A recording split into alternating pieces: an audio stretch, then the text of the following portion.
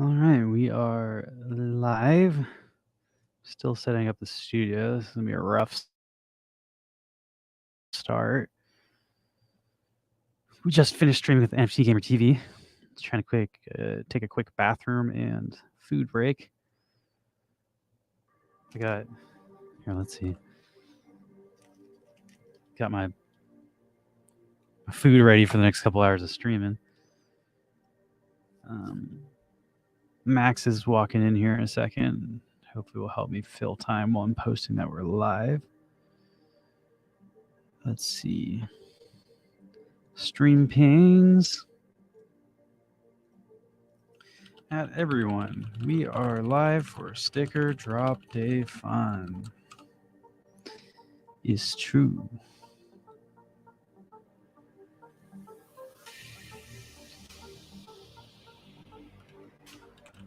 Live for sticker drop day. I only have to post this on like 10 different social medias.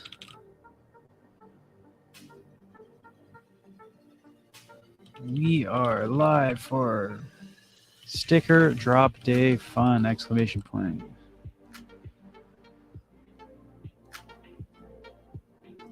And then I'll go ahead and retweet myself because you got to retweet your own posts. I mean, how else are you going to farm that engagement? All right. We are live for sticker drop day. Posted everywhere that we're live. Should be good to go now.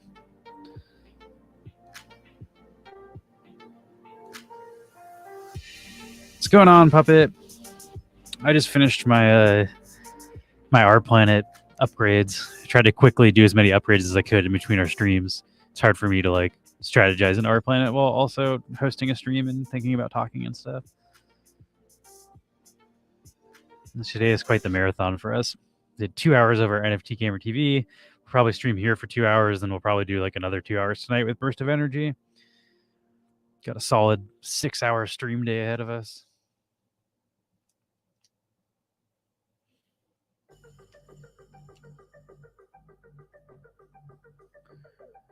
But it should be a fun one. I'm excited.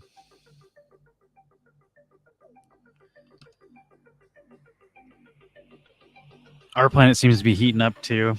Lots of people are getting active. Also on the server, I think like half the people have been eliminated. If you look at like, I don't have my phone plugged in, so I can't show the game screen. But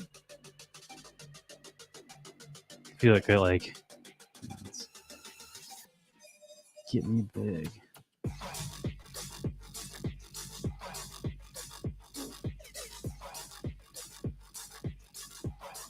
You can barely see it, but 700 people are still active and 900 have been defeated. So like more people have now been knocked off the server than are playing. Hey. Wait, who's been knocked off? Our planet, like 900 people have been not eliminated from the server on our server. Oh, snap, dude. We're doing pretty fucking well. Yeah, people, I mean, if you're in our alliance, you're hiding behind a massive, like, people don't attack people. Yeah, I was gonna say, people don't attack me, dude. People fucking...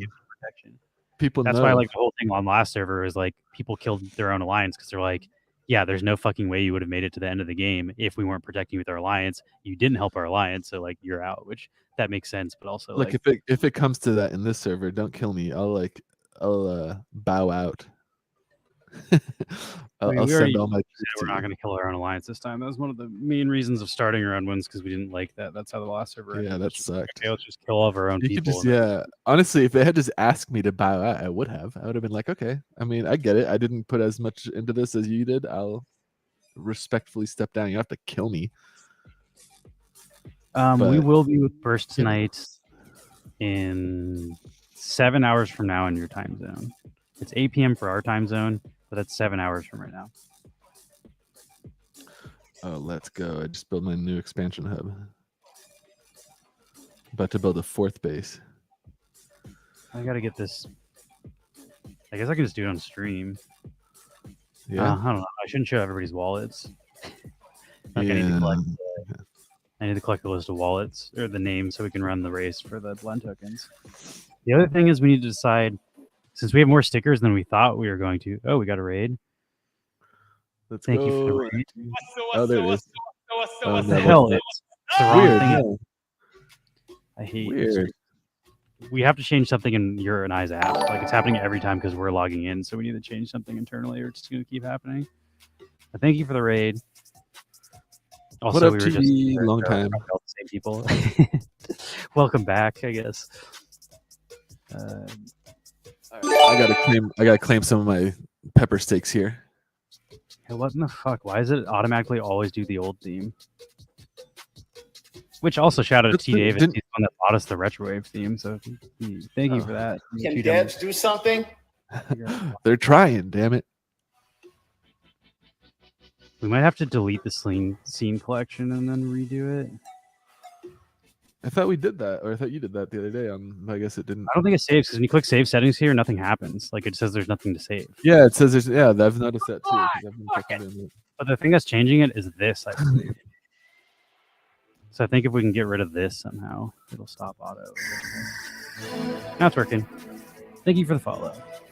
We got Hey-o, that's the one we're looking for. graphics on the screen. Well, this is frozen too, so I guess either that or we have to adjust this every single time before we go live and just make that part of our practice. But I feel like there's got to be a different way to do it. But welcome everybody. Hell yeah, dude. God. I just bought hard into these cap tokens a second ago when they dumped to $184 and they just pumped 30% back up to $240. Woo! I bought those like in between streaming. Well, basically, like a couple hours ago. This is the last call to enter the marble race to be able to blend into a sticker that we're releasing today. You must have 2 Neon Blend tokens to do it. This is not a free giveaway.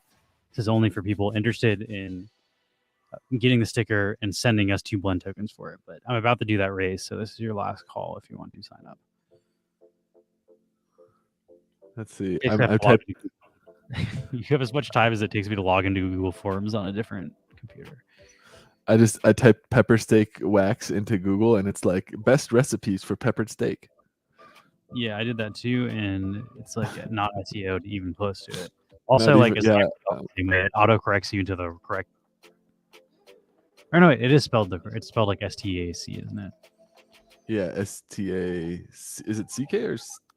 It's K. I said C, I think. Yeah, STAK. In my mind, I saw the word spelled correctly. We'll do it live. Fuck it. Let's see. We if they would have spelled it the other way, it probably would have been much better for SEO for searching for it because it wouldn't come up with a bunch of recipes. I mean, even if you type in pepper steak weekend, it doesn't come up. Yeah.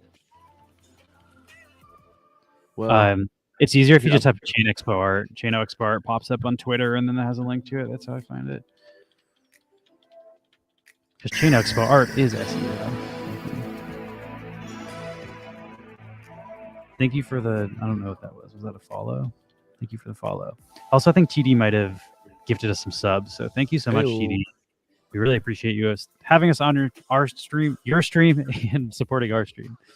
Yeah, right. I feel like my brain is more broken now than it was when I woke up like an hour ago. 2 hours ago. Well, you know, that's how it goes. The longer you're awake, the more it slips. Yeah, we got that stream way later with Burst. See how much of a shit show that is. It'll be way off the rails at that point. I might go try to buy weed in between now and then. Maybe do a stream tonight. Important things need to happen today. Let's see. Here we go. Pepper steak. Let me I'm gonna share this in our chat just because if you are still an OG in the wax space, you probably have some stuff you could stake here. It's like a new staking thing. I don't really trust it, so I'm just staking stuff and then selling the tokens. But you know, if you got stuff you want, it looks like I'm about to claim 369 of the art token just from my Crypto Monkeys collection, and I'll tell you how much those turn into. I didn't see this, but also the code that Mining Network used for their stuff was built by Weekend. So the fact that code, or they audited their smart contracts or something. So I don't know. I feel like it's not that crazy that like Weekend was involved in Mining Network.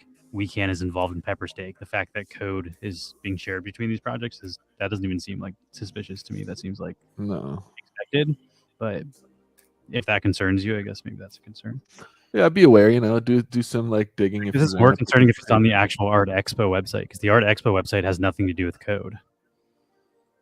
Like, the Art Expo website shouldn't even be linking to code for Yeah. watching stuff, because it literally just links you to the Pepper Steak site. So I guess that would be more concerning, because Weekend should not be involved in, like, they're not openly involved in Art Expo. So if it is on the actual website for Art Expo, I think that is new information. But also, it doesn't prove anything, because they could have just stolen the code from Weekend's website. It's not necessarily like Weekend's involved. It's anybody can take that code. So Yeah, let's see if I sell these right now.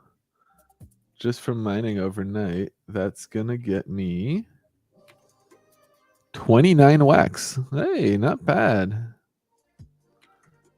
I'm doing damn, we it. have 27 responses for this. Oh, the other question is, do we want to give away more than 15 since we have 120? We ordered 100 stickers. Oops, I shouldn't be watching that. We ordered 100 stickers, but they sent us 120. So our mint numbers are based on, I don't know. What do you think about that, Max? It's a decision we have to make right now. Race. I guess. Yeah, we want to bump it up to 20 people since there's a lot of people trying to get in on them. Let's do 20. The only Yeah. issue is we didn't factor in the price of shipping for these extra ones. So like all of our numbers are based on selling 100, and that raises enough money to ship 100. So for shipping Right. and not raising money, it does create a KY little bit. is saying KY is erring on the side of caution here. Oh, saying sell more and do the fiat here. ETH is back Well, I above think that's 17. fair, No, I though. just saw. If we sell 15 and then give away 5 more, that should Okay. easily cover shipping. If I we're think so selling it. too. I think do 5 more and do 20 just to make it a nice rounder number. That's an extra 25% of the new distribution is, and we're giving away 20%. So that's about, or no, we're giving away 15%. So yeah, it's adding a little more. Yeah, I'm okay with that. All right, let me Yeah, it looks like ETH is pumping again. 1710 almost. I'm also just doing this behind the scenes. If you have anything to show, I was just sharing this because I don't want to show off my other screen. But Okay, yeah, I will show off here. I'm doing it the older way at the moment.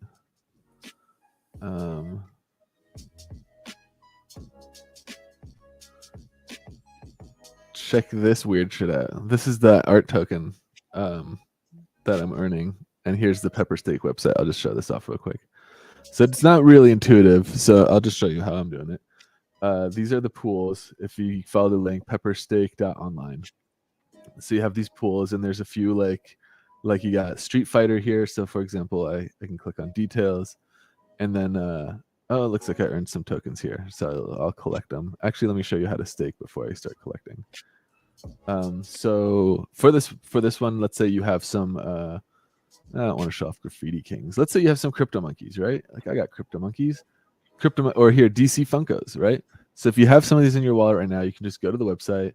I'm gonna do it for crypto. I'll do it for the DC because I haven't actually staked them, so it'll be just like it looks on your screen.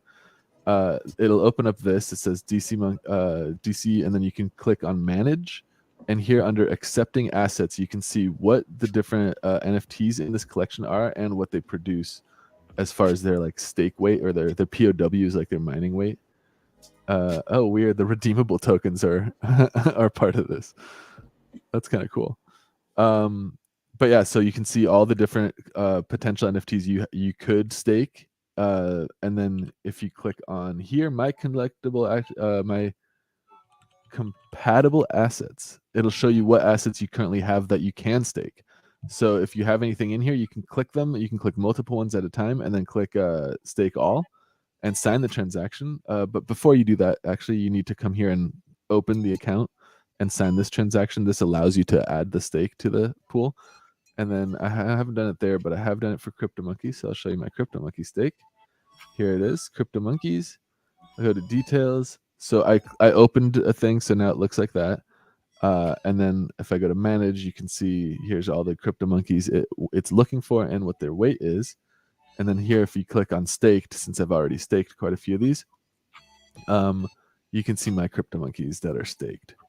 So like the all-nighter here is a 100 power to the moon, like a bunch of 100 ones I got. Looks like This Is Fine is another one.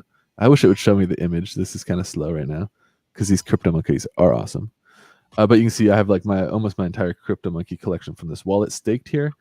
And then if we go back to the pool, whenever you're, every hour, so you can see up here is the cooldown, just kind of like our planet style. Every hour you're going to get paid out to this claim. And then once you get paid out, let me show you that because I haven't actually claimed him yet from, here, by the way, the horror collection for Ultra Rare is part of this, which I guess here I could actually show the entire process here because I haven't staked these yet. So I could come here.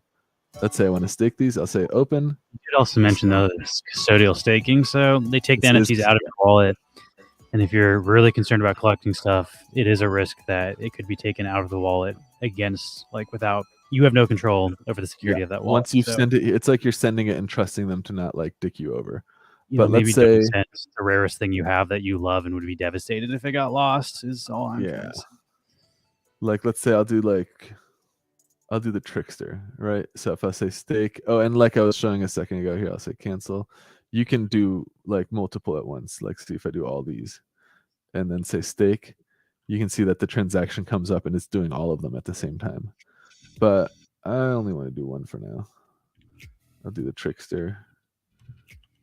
The trickster is like an ultra rare rarity one, so that is producing 15 points, but whatever, we'll say stake it for now.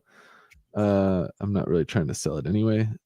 I would be kind of upset if it got stolen. Maybe I should have staked a lesser one, but it isn't part of a complete set that I have. So that's why I'm not staking most of these, because they're a complete set and I like to see them in my wallet. But now that they're staked, I can come to the staked tab. I can see here it is. There's the trickster. And then now that it's staked, I'll be earning, some type of art token in the next 40 minutes. I'll see some there. And once that 40-minute passes, I can go to one that I actually have earned them from. So Cartoms is part of this, the horrors, Street Fighters. So Street Fighter, I have actually earned some. So this is from like last night. Now I can say collect. Really quick. Yeah. Let me address this question. It says, wait, you can do this on Pepper. Has the contract been reviewed yet? The Pepper stake contracts were made by our plan, which is the Weekend team. The Weekend team is a blockchain producer, top 21 blockchain producer for Wax. The Our Planet game had NFT staking pools to earn tokens that ran for 2 years without a single NFT being lost out of the smart contract. So I don't know if you can necessarily say that they've been reviewed, but there's been chances for people to exploit those contracts with lots of money locked in. They have not been able to. So as far as again, nothing can be 100% trusted and it could still be exploited, but there's no reason to currently believe they're unsafe based on the experience that we've had. Yeah. So then yeah, exactly. So it's like kind of a use at your own risk. And in general, custodial staking has additional risk compared to like in wallet staking or stuff like that. But you just always need to understand the risk. And if we're promoting this, we can't promote it without also promoting the risk. Be aware there is a risk. There's a risk that like maybe they lock your assets and you can't get them back, or they steal them somehow. I think it's a little unlikely, but it's not impossible. So being aware that it's possible is important. The other thing to know is it takes RAM when you stake. So I've heard this can eat a shit ton of your RAM if you're trying to stake a bunch of worthless NFTs. That's true. So yeah, you don't want to stake an absurd, but RAM isn't that expensive. Like 10 wax will get you more like thousands and thousands of stakeable NFTs. But here's the other thing to consider. So you saw I just staked my horrors trickster. Like I'm getting cold feet. Like that's an ultra rare rarity. There's only 13 mints of that. Like I don't know if I want it in here. If I want it back now, I have to go to manage. I go to my staked assets. I'll click it and I say unstake, and it does not immediately come back to my wallet. And this initially kind of freaked me out, where I was like, oh shit, where's my asset? So now that it's unstaked, I need to come back to the pool. And you can see here under refunds is the refunds tab, and then obviously I got to refresh because it's not. Claim your tokens. There's like a thing where it like mines the tokens and you either click another button to actually get them in your wallet. Not sure why they're doing it that way, but all you like collect and withdraw. You collect the tokens before you withdraw them, so all of them isn't like a 2-tier system where you have to sign 2 transactions to get stuff in and out. Yeah, and then the like the refund. So right now it's not even popping up yet. It takes a second, which kind of like worries me because I'm like, oh shit, that was my ultra rarity. It's and it doesn't look like it's anywhere, but there is a time. There's like a time that it takes, like once it does populate here, it'll have like a cooldown, and once the cooldown finishes for the refunding, it'll let me claim it, and then it comes back into my wallet. So there is a process to understand when That's you go because to Max, those are unstacked items, not unstaked items. You need to stack your items to get them into that. That's me making fun of it. Nice. Definitely, you don't want spelling errors on fucking like DeFi protocols and stuff. It makes Yeah, shit. exactly. It doesn't feel right. Let's see though if it's back. Oh, I guess this one just bounced back. So the last time when I did an unstake, I had to actually claim it again. So maybe they actually already updated that, because it's not asking me to do the refund process. Max But is in the selling past, our token every hour. I yeah, also so that's the next phase of what I was going to show off here. Is like, so I just claimed those. I just went to my Street Fighter, I think was the one. I did a claim, and then the claim dropped them into collect, and then I did a withdraw. So you have to, it's like a 2-step process. Now that I've done that, I'm going to go over to Alcor, and be aware as well, if you go to Alcor to the swap, this art token not the is same token. not, this one right here is not the art token that we That are shit's earning. I don't know what this is. Yeah, I don't know what this is. Don't fuck with the swap. Go to the marketplace. On the marketplace, there is a promoted one right now, and this is kind of the image of it. This is the art token that we're looking for. And then you can take a look at, right now there's a 32% spread between the top bid and the top ask. But I'm not trying to roll the dice and think it'll pump 32%, even though obviously it has pumped much more than that in the last hour here.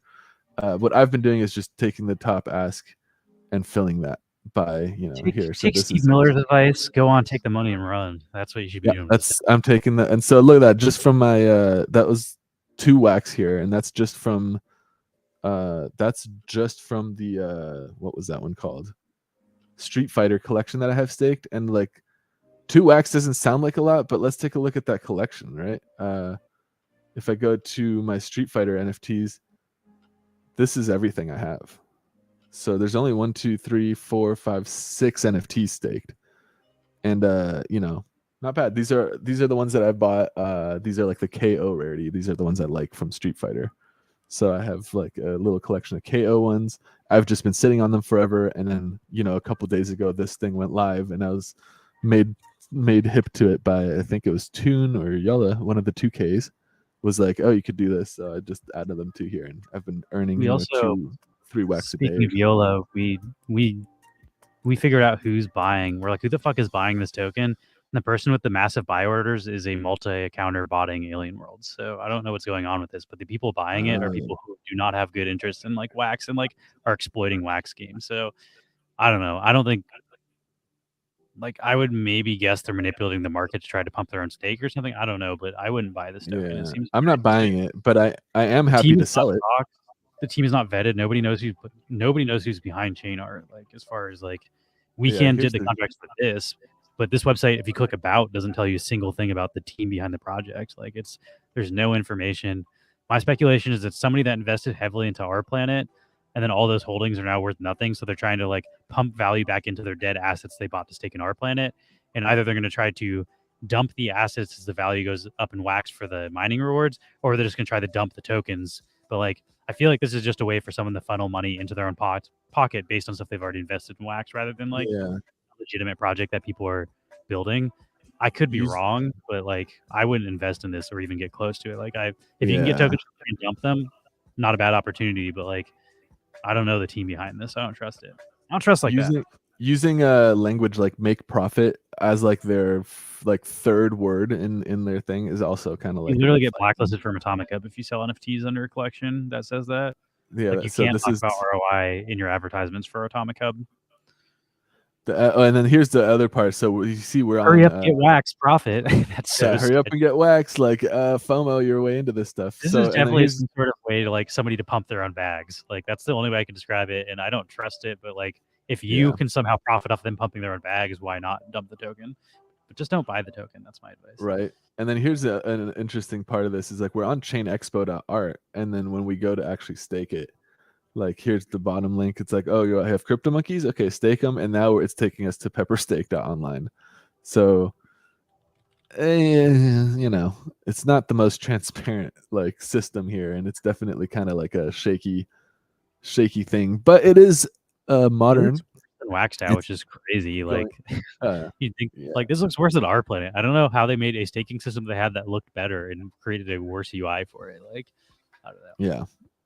I don't know, but it is available. So if you do have some of these collections like Graffiti Kings, Crypto Monkeys, Tribal Books, What else suggests though, like if you do want to participate in stuff like this from the creator end, go use Waxed Out, don't use Pepper Steak. yeah, if you're a creator, because they do let creators create like pools here, I would do this on Waxed Out as well. Like Waxed Out is like, let's just put it this way: we're not promoting this by the project as community. much as we're promoting a situation where you can funnel money out of a project. Yeah, this is a situation where I have NFTs that I've been collecting for a long time, and look, I'm making like 30 wax, maybe 60 wax a day, because this opportunity exists. Once that dries up, I'll just remove my stuff and, you know, move on. Either that, or I don't know. We'll see what if this becomes more transparent and a lot more like reasonable then to participate in. Then maybe I am interested. But I mean, if they in created this, a game, you can make tokens for it and then play the Yeah. game. I'd be interested. I just don't. right in Like, this there's current no clear plan to iteration, create a game in the roadmap. Like everything about that is just super like sus looking. this is also, by the way, kind of a difficult one to read here. So the way that you can tell, like these pools are paying out art token, like the token we've been redeeming. This pool though is paying out A Ether. This one isn't paying out anything because there's 0 in the rewards token pool. Same with this one, nothing. No point in staking to this pool. This pool is paying out, but in MWM token. So you can see similar to Wax Style. Is that the Metal Warfare thing from fucking forever? Modern Warfare. I think it is. Yeah, Metal War Mint. There it Yeah, is. I'm there it pretty sure is. that game died like a fucking year ago. Like I don't think that's even a thing anymore. That game actually looked sick too. I was bummed. That was looked like cool as hell. Yeah. But people are paying $500 for like the basic units. So like, there's no way an RTS Yeah. is going to take out that costs thousands of dollars to play. This makes no sense. And called that one. Same with nothing on this, nothing on that. So be aware that this is like what the interface is. Like that's what these numbers mean. Like if you see a 0 here, that means that the rewards pool is empty and there's no point in staking to this pool at all. So MoChat Watcher says Crypto Monkeys being spelled without the Y and the dropdown would scare me. That's literally the name of the wallet that created the collection on the blockchain. If you go check, that's how it's spelled on Atomic Hub too. That's how they spell it. It's exactly 12. We know this because we had a fucking typo and we had to delete thousands of NFTs and remake them because Max spelled it based on the blockchain and not the way you actually spell it. Yeah. So you're well aware of that. Not only did I do that, I did that for 4 rarities and minted them all before I was like, oh shit, this is spelled wrong. Before I said it spelled because I know how to spell. Yeah, well, you know.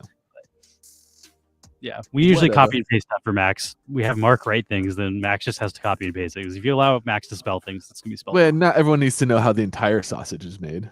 Let's keep some mystery. We got to give Mark some credit. We haven't replaced Mark with Chat GPT yet, so we have to give him credit for what he does. That's true. This is funny to the total users. It looks like Ultra Rare Horrors is the one that has. Oh no, Graffiti Kings has the most people staking to his stuff. Because it's all trash. Like the collections that have the least amount of people actually trying to use them, I would assume, would have like the most staking. Yeah, and that's here. If we look at Graffiti Kings, like I don't even want to look at it. Let's just not bother. I didn't bother. Pivot into our stuff. Like this was still time while I did this race, but I have it ready. So okay, cool. Let's get into Neon Space stuff and stop promoting Pepper Steak.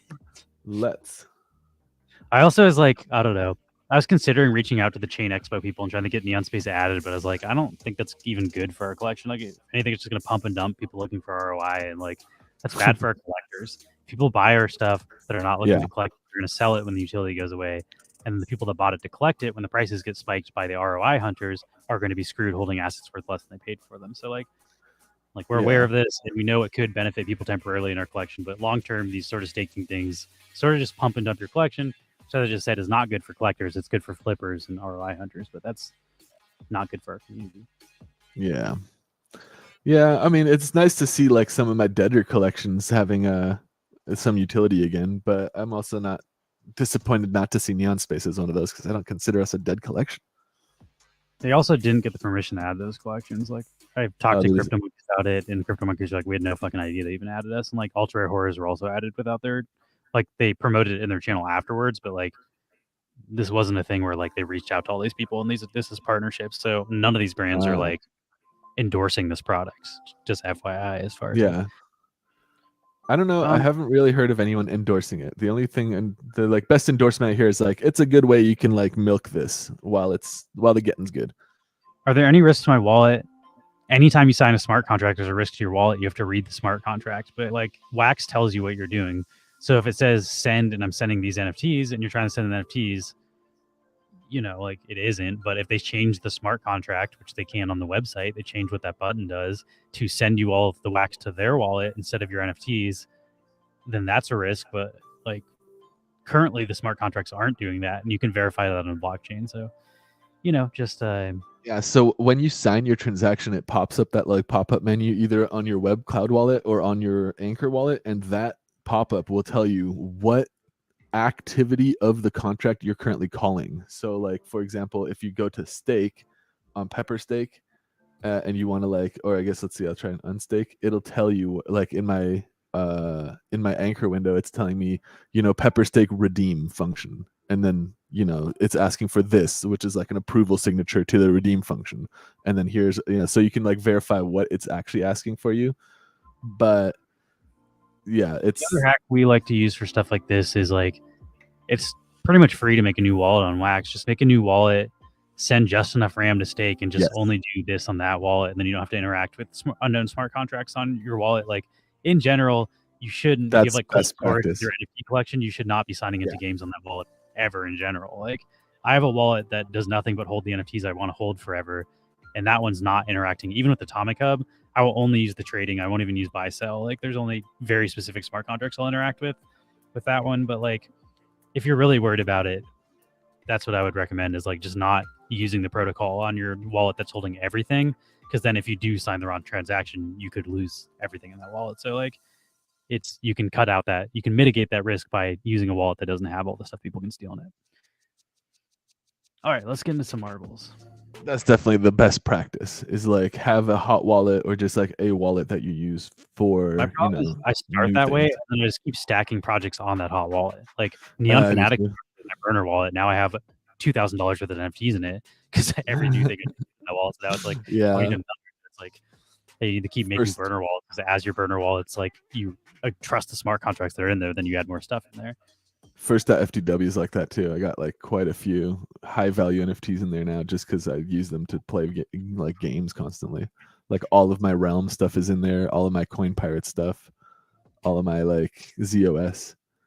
Pretty much like, I don't know, it does grow kind of big. But you know, if I am gonna interact with a brand new contract that I've never heard of before, I might do it from like a brand new wallet as well. That's also like that's a a best practice. really good practice on Ethereum more so than Wax, because Ethereum's way more confusing what you're doing with smart contracts. So a lot of times they'll have like, oh, like enter this mint, so you're minting some new NFT for some project that like very well could be a scam, like that sort of thing. I feel like on Ethereum is much more safe practice because like at least especially also like I understand what the transactions mean on Wax. Like I've done enough of them that I can see if they're routing my Wax into somebody else's wallet instead of like purchasing something or whatever. Yeah. But I can't really tell that as well on Ethereum. So on Ethereum, I use the burner wallet thing a lot. Ethereum is definitely a lot more difficult to understand what transactions you're signing. It's But I also it's think always, it's harder. in general, it's just the best. Ethereum. Yeah, it's just the best practice to use clean wallets for things you don't trust. Just full stop. Always do that if you can. All right, let's see. Let's import these racers. We're gonna do our marble race to decide who gets stickers with Neon Blend tokens. The sale goes live in about 30 minutes from right. No, I'm bad at math. 40 minutes from right now. So let's see who gets stickers before that, so you can then decide if you want to purchase one with fiat. I mean, hell, maybe you want 2 stickers and you buy one with fiat and one with the blend sticker, the blend token. Let's see. Let's import.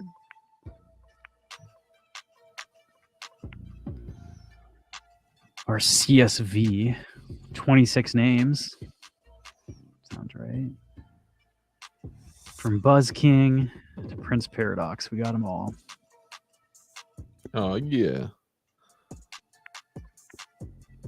wonder if we should do a community map for this.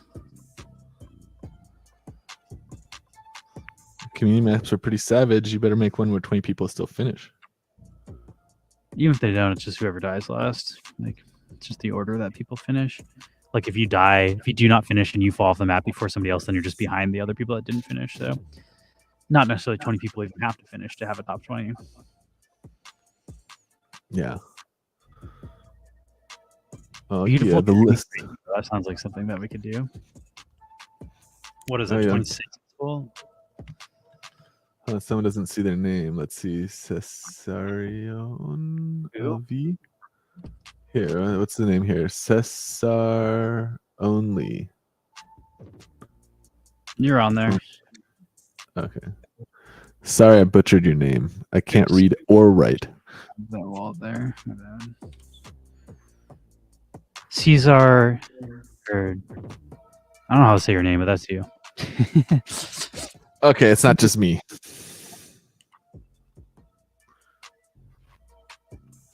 I think I Let's call him see. Caesar, but the fact that the A is capitalized makes me think that's pronounced different. Oh yeah, it's Friday. Let's see, going into the weekend. Oof, I wonder what the crypto markets are going to do. I think we looked at them yesterday, and our takeaway was that short term they look pretty bullish and are probably going to pump, but long and medium term they're still looking kind of bearish. So expect volatility going into the weekend here. Caesar Aaron, that makes sense. You're supposed to sign up on a Google form that's in our. Should I just add you, Yamster? I can add you. I know you have blend tokens. So you're supposed to sign up on a Google form for your announcements. I don't think you're on. I think you can add Yamster. Yamster is an OG. I can add Yamster, but that's the last call. You're gonna be the last one added. You do have to start this race. Yamster, I fucking love what you're building, dude. I don't know if people are aware of it, but oof, I've been starting to use that a lot more now that the link is public. Are you sure you're talking to the right person? Are you talking about Wapaka? Oh no, you're right. I'm talking about Wapaka. I like how I know Max so well that I know who he's talking about on accident when he's like shouting out people because he does that pretty frequently. Sorry, Yamster. Wapaka, I love what you're building. Wapaka's building this like you know how I was saying like, oh, if I'm gonna make a trade, you want to check every different decentralized exchange for the best rate. Wapaka's tool does that for you automatically. Yeah, it's a pretty dope tool. Like what Max is saying is if you can trade Wax and say Taco on Taco, DeFi Box, or Alcor, Wapaka's tool looks at all three of those at the same times and it'll automatically route you to which DEX on Wax has the cheapest fees. Yeah, and then if he's up on Wax Labs for a proposal. So if the proposal gets funded, the idea is that like you could do, let's say I want to buy 1,000 Taco, it would buy, let's say 600 from Taco Swap, 300 from like Alcor, and 100 from DeFi Box, just so that you get the best deal between all three transactions for a 1,000 Taco purchase. Oh shit! Don't join this. Sorry, Super everybody. I did the wrong fucking race. I did a viewer race. We're supposed to do simulation. This is not an exclamation point race. This is a simulated race for blend token being able to get a sticker. I also didn't like that map though, so that gives us the time to pick a different one. That wasn't rainbow at all. It was all pink. Like whoever labeled that is. Let's see. Colorful night flight. That sounds like it could be good for Neon Space. Simulation. Oh, sold some Bitcoin at 25 yesterday. Not bad. 25 is not a terrible Can you price. post the link to Wapaka's thing? So that's Believe where it, dude. Yeah, let me post that link for you. once again, this is not an exclamation point play. If you're typing exclamation point play, you get nothing. You lose. Good day, sir.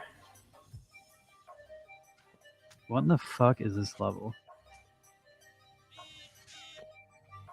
You know what? I'm not doing this one either. I'm just going to do normal level. This shit's too weird. It's going to be impossible to tell who's winning. Sorry, everybody, for the false starts, but these community maps are too grab baggy.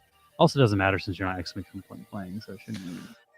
All right, in the chat, I just shared the link there for Wapaka's tool. It's pretty fucking cool. Should we do a space Can one? Eds Since do something? we're doing a Neon Space marble giveaway. Let's do like the space station. Neon Space Station. Let's go. And then I'm also going to share the link here. This is the link to the Wax Labs proposal for the exchange that he's trying to build. So give that a look too. I think it's really cool. I mean, we know Wapaka from the community too, so I would 100% feel confident supporting I believe he also helped change Immersus building. build their decks. Immersus is a deck, so like everything you mine in their game is also like a fungible token that can be traded. Yeah. Basically, liquidity within their game, and I believe Wapaka is the person who set all that up with Dan. Yep, I think that is correct. So Wapaka's been building stuff behind the scenes for Wax creators outside of his own thing. And I would say he also built the tool we use every week to distribute Neon to. I don't think we did this week. Oh, we need to do that this week. Oh, we'll do that next week, Tuesday. Then we'll do double. Would be triple because I think we're okay. already behind. Triple, baby. We need to get better at doing this consistently. But yeah, all right, I'll start the stream with that every Tuesday then. So it's like the same. We didn't interview this Tuesday, so it kind of threw off hard. Yeah, it threw off my groove, like the Emperor's New Groove. It was fun talking to Novo Pangea though. It was. I'm excited for the land stuff, like get those Novo tokens. Get my I've been getting my grind on Novo Pangea still. This is a simulated race, so exclamation play will not hear. I'll highlight this. Thanks, Eric. I think some people watch without sound, and those are probably the people who are spamming exclamation play because I said it a bunch of times that this is not. Yeah, you did. I also understand not everybody has access to sound because sometimes people are working and then they're like watching this on mute on the side and listening to like group phone calls or whatever. Like, yeah. Here's a good question. Are we going to send the sticker to Mexico? Yeah, worldwide shipping within reason. So we're not going to send it to like Antarctica if you're at some kind of like scientific research center. Maybe not, but I'll just say this: we looked up. It costs $1.50 to ship to Europe. So if the shipping is $1.50 or less, we will cover it. If it's more, then we can talk about maybe the person helping us cover whatever's more than $1.50. But like within reason, we should be able to send it to most of Europe and just North America for within what we already budgeted. And that's included in the drop price, either blend token or fiat. The shipping is included. Yeah, should be all good to go. But this is also our first time doing it, so I don't know if like maybe it costs an extra 50 cents to send it to Russia or China or something. Like I just don't know. Like we've never shipped stuff at least I haven't. I've never shipped stuff internationally, so this is new to me. But based on the research I did on Google, which is not a lot, it says that $1.50 should cover international shipping to pretty much everywhere. Yeah. So the answer is yes. How much money we're making on this? We're selling them for $3 and spending half that on shipping. So that's assuming everybody's shipping to international. But yeah. I mean, we'll see. I'm saying in general, it's a trial run. Most of the money we are raising for this is not most of it. All of it's being reinvested back into Neon Space. Like this isn't like necessarily a way for us to make money for ourselves, but it's a way to grow our brand so we can do cooler collectibles in the future. That's something I just like to keep pushing because it's like we know stickers isn't the end game. This is not the final product to try to sell. This is just like a stepping stone to get to cooler stuff, and we're trying to raise money for that. So consider it a Kickstarter for cooler projects as well. You just get a sticker reward for kickstarting our collectibles. Yeah. And then if all goes well, we'll have more cool stuff to claim for people that already bought our stuff. Yeah. That's what I'm really looking forward to, is like creating more utility for people that already own our stuff with the Neon Blend token. Just the only way we can do that is by raising money with fiat to continue to manufacture stuff. So we're doing a hybrid model of for now. And then I guess long term, if people, we've kind of been talking about it loosely, we're trying to do a neon profile picture project. And when we do the neon profile picture project, we'll probably raise money to do cooler collectibles. So we'll be selling that. That'll be like wax tethered to fiat sales. And the money we raise through that will be used to buy collectibles for the next like card set. And then hopefully you'll be able to redeem the cards into cooler collectibles. But you probably won't be seeing us do like larger collectible items until our next NFT drop, because we need to raise like a significant amount of money to start manufacturing stuff besides stickers. I think it's like $200 or $300 for each mold for a pin. So, you know, if we're trying to do a 10 to 15 card set and each one has its own pin, we're looking at $2,000 to $3,000 in pin molds. And that's a little out of our budget just to fund ourselves. But I do think we can raise that much on our profile picture project. And then, you know, each time we do a pack sale, it'll fund the next one. And then we'll kind of be in a series of being sustainable to do collectibles. But we're kind of in the bootstrap period right now where we're trying to raise funding to start the collectibles. Yeah, Willow with the win, which counts for your season, I think. If we're still No, there's no season. no seasons right now. All right, never You mind. stop the season. Well, it counts for you get mint 1 maybe. It counts Or- towards nothing besides top 20 get. Okay, Wait, I'm wait. just announcing nonsense. Yeah. Well, it counts for bragging rights. Congratulations. We also have not determined how we're distributing the mints yet.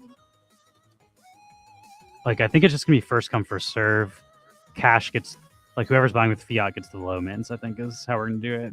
Unless you have a problem with that, Max. No, I'm cool with that. We can and then I guess we will do it in order for the stickers of whoever won these, but you will not be starting at mint 1. It'll be starting at mint 80 or whatever. We're selling 75 mints. The winners of this race will get mint 75 through mint 95. So Willowbard will get mint 75. But if you want the low mints, you will have to pay cash. That's one way you're incentivizing people to buy with cash. I think mint 56 has the most fucked up signature. Paul said yesterday. He's like, "Oops, I fucked that one up." And it's like, "Oh, which one is it? 56." My signature is different every time I do it. It's a good thing I'm not signing these. I also have horrible handwriting. I'm not very good at penmanship. All right, so we'll leave this up for a second. 1 through 20. Let's type this into the chat. Places 1 through 20 can now send 2x Neon Blend tokens to Burn.Neon is our wallet, right? Before I have people that's right. Send a wallet to some random person's wallet. Nobody can own a .neon extension than us, so I mean, no, there's only .neons are all our wallets. I want to make sure I'm spelling it right. Should do that. That could be like a the ultimate chase pull from a pack. You get a .neon wallet. That's funny. I don't think people care that much about wallet names, although some people do. I do. And I'm also stoked to see like the .ftw wallet like gang out there. Like there's pretty fucking kick-ass FTW. There's nudes.ftw. There's boobs.ftw. Then Okay. there's first. That's me. For the questions, limit to purchase. I assume you're asking for fiat, but there is a limit for purchase. Absolutely, for blend tokens. Each person gets 1 for the blend tokens. Places 1 through 20, you need to send a blend token, 2 blend tokens to Burn.Neon when we verify that transaction on the blockchain. Also, maybe DM me with a link to the transaction if you want to. I'm BullishDog90 or Lewis, Neon Lewis in Discord. When we receive the 2 tokens, I will DM you the free Shopify code and also a whitelisted link. There's a sale for 15 stickers. We actually have to change that to 20 max if you can get on that. Okay. We have it limited to 15 stickers at $500. We are not charging you $500. We give you a code that waives the $500. The $500 there is to let people know that is not meant to be purchased with fiat. It is meant to be purchased with the free claim codes we're giving people. So we will DM you free claim codes if you do. I do not think there's a purchase limit for the fiat purchase, but I also didn't set that up. So that'd be on, I don't know if Max, you set the sale up, right? Is there a purchase limit? I don't think so. I think if you want to like scoop them all, you can, but yeah, it'll be first come, first serve based on the processing of the transactions. Whoever Gmail's credit card purchase first is going to get mint 1. So it will be a mint spread as far as like we can send out the orders in the order of people purchase them. That's really the only fair way I can think to do this, besides like everybody who buys one gets entered in a marble race. But I think first come, first serve is fair. The only reason we're doing for a marble race because of this is because we couldn't open a blend.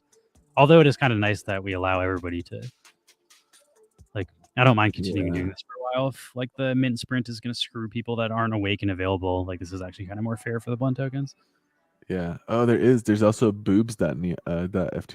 Yeah, dude, the FTW wallet gang, fucking fun names.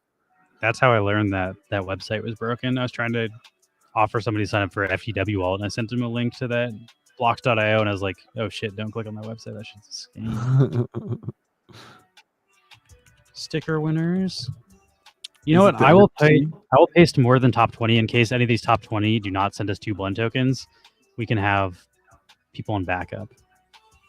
Yeah, but you probably won't know until after today. As far as Willow wants to know: do you want the NFT or the FT version of the? I guess either, honestly, but You want the NFT? You're saving me a step. I'm gonna have to turn the. We're burning everything. We're not accepting payment as far as we do not cash out. We're not dumping this token. We're not going to affect the price of Neon on the aftermarket.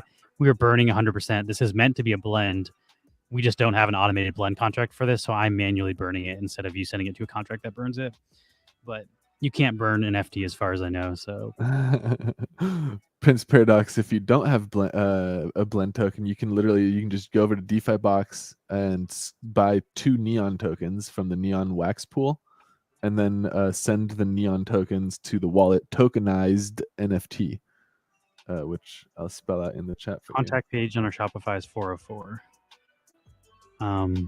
We need to set that up, I guess, but you can email us at neonspacenft@gmail.com if you have any issues. But yeah, Prince Paradox doesn't send us 2 Neon Blend tokens. Yamster gets 1. So I'll screenshot these other people that didn't make it. And if for whatever reason, I'll give everybody a week. You have until next Friday. If you don't send us the stuff in a week, we'll default the prizes to the next winner. So that is your formal warning for that. It should not take you a week to use that stuff either, I don't think. It is burn.neon is the right wallet, yes. Yeah. There's also in the channel, I believe, in our Discord. So if you don't want to fat finger it. Yeah. I didn't realize how many projects do that naming convention for their wallet. Like there's a burn.atomic, there's a burn.nefty. That's pretty cool. Doing it like the big boys. Burn.neon, baby. Yeah, it's in the big paragraph in our announcement. So if you look in the last announcement, the one I did on Monday, it says we haven't figured out a way to sustainably automate the VRL redemption. And it says only 15 users qualify, so send them to burn.neon. Willowbard sent me a transaction. Thank you, Willowbard. We need to sign up for a PO box before you ship these. So realistically, probably will not mail these until, I would say, at the very earliest Monday. So nothing's going to happen this weekend as far as like people have time to kind of like sort this stuff out before we finalize it. Yeah. Boobs.ftw. So Prince Paradox, are you passing your spot to Willowbard? Yamster, sorry. Is that what you're saying? Also, next time, just don't enter this race if you're not going to, like, this was only available to people who wanted to buy stuff. You're making it way harder for us. Love you. Thanks for supporting our stream, but follow directions, please. You fucked up, man. I mean, it's not a big deal, but it was just... No.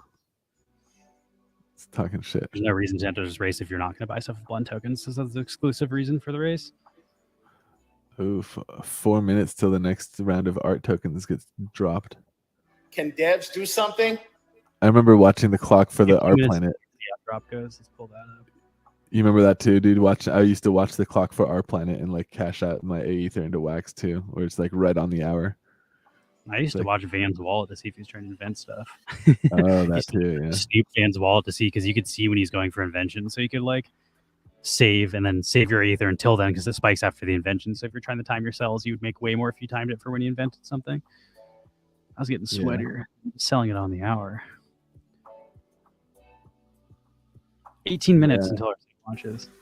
Oh man, that was fun reminiscing earlier with TD. That was dope, dude. The glory days of stake mining with NFTs. How hard is it, Max, to add a contact here?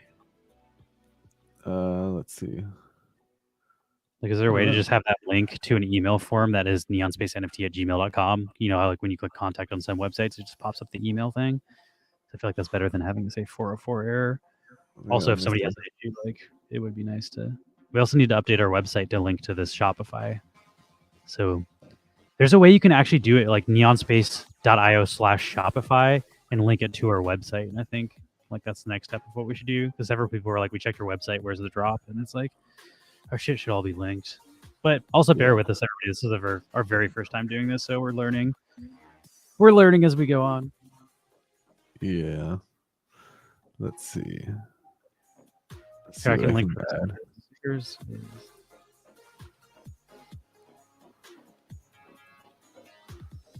What is that link? Oh, nice. Okay. This is our first time using Shopify too, so exciting stuff. Right. It's also just exciting to branch out into like, we've only been a digital brand, so this is the first time we've ever made physical, besides like the neon sign behind Max, which we, is not commercially available. It's a present that his family gave him. Like the first time our digital artwork's being made into physical artwork, which is like, it's just exciting. I mean, we were in an NFT museum in Seattle, so we've been featured like kind of in a gallery before, but never in a physical setting. So like, for one day our stuff is being featured as physical artwork. Like it's just cool to see the project grow. Yeah, I agree. Also gratifying, like I feel like probably more so for Max and Paul because they do the visual art, but like seeing something that you made on the computer actualized into a physical manifestation is like, it's kind of cool. It's like how I feel when I make music. It's like before I made this music, there was nothing. I arranged these sounds in a way that is now something. Like I created something. It was nothing, and then I created something from nothing. That's what art is, and it's kind of magical. But the fact that we were doing it digitally is fine, but like now that I can hold something in my hand that we created, like it's cool. That's the next step for us for sure.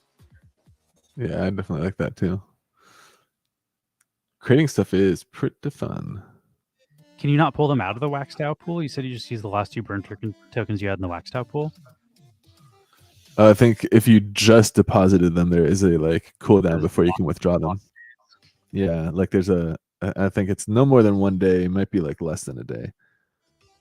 But well, you have, as I said, you have a week to send us the 2 blend tokens. So if you just got in top 20 on that race and want to buy them with the blend tokens, you have time to unstake them from whatever platform they're staked to.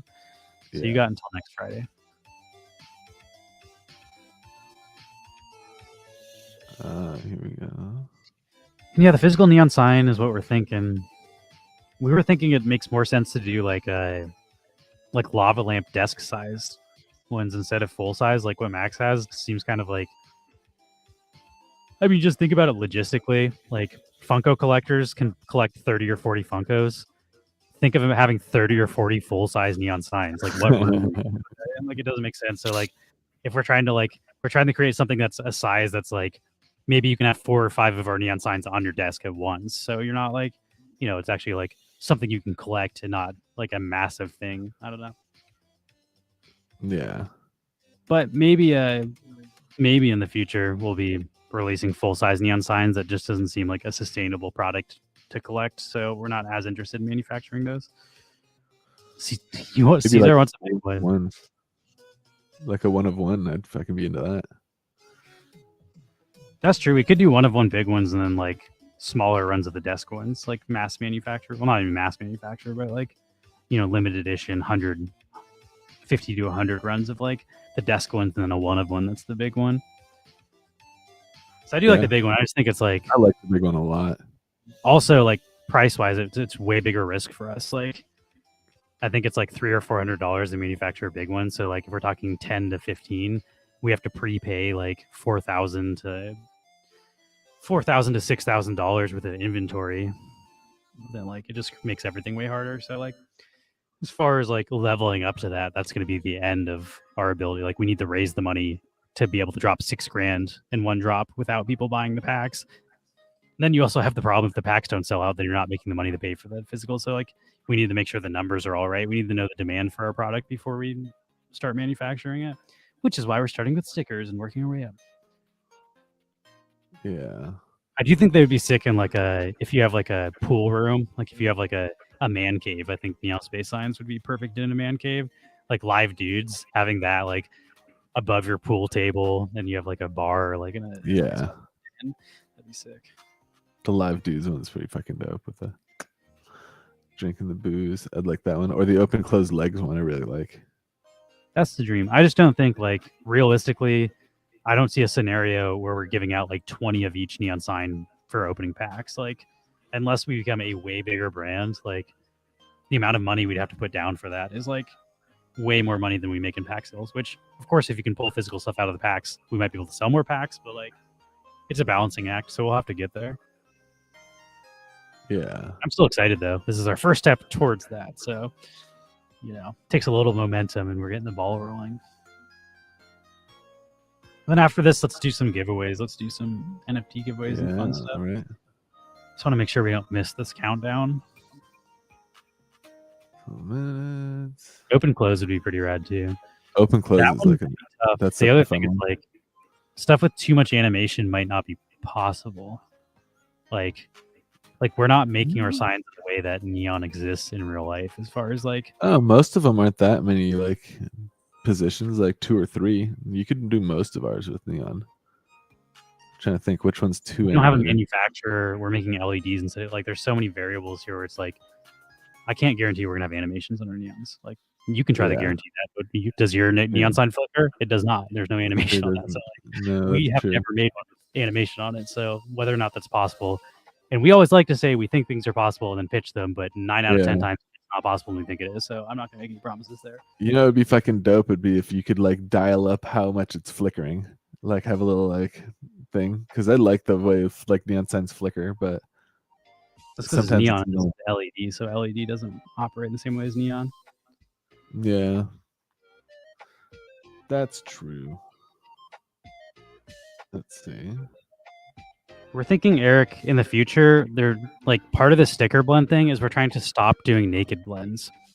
Naked blends were a way to sustainably burn neon blend tokens, but they're basically just duplicates of artwork we already released. So ideally, in my eyes, the nakeds and the shines will be in the same packs, Yeah, and the nakeds and the shines will be attached to physical redeemables. So like there will be a 1-of-1 shine for every sign, and that one would be attached to the big neon sign, and then maybe 5 nakeds, and those would be attached to like the enamel pins or whatever those pins are made out of. Like, so we like link those to those, but those would no longer be blend events, and the stickers will become the blend events. And if we can consistently release stickers, then we no longer need to do naked blends, and then we just throw that stuff into packs, so we don't need to like rehash the same artwork just to burn tokens.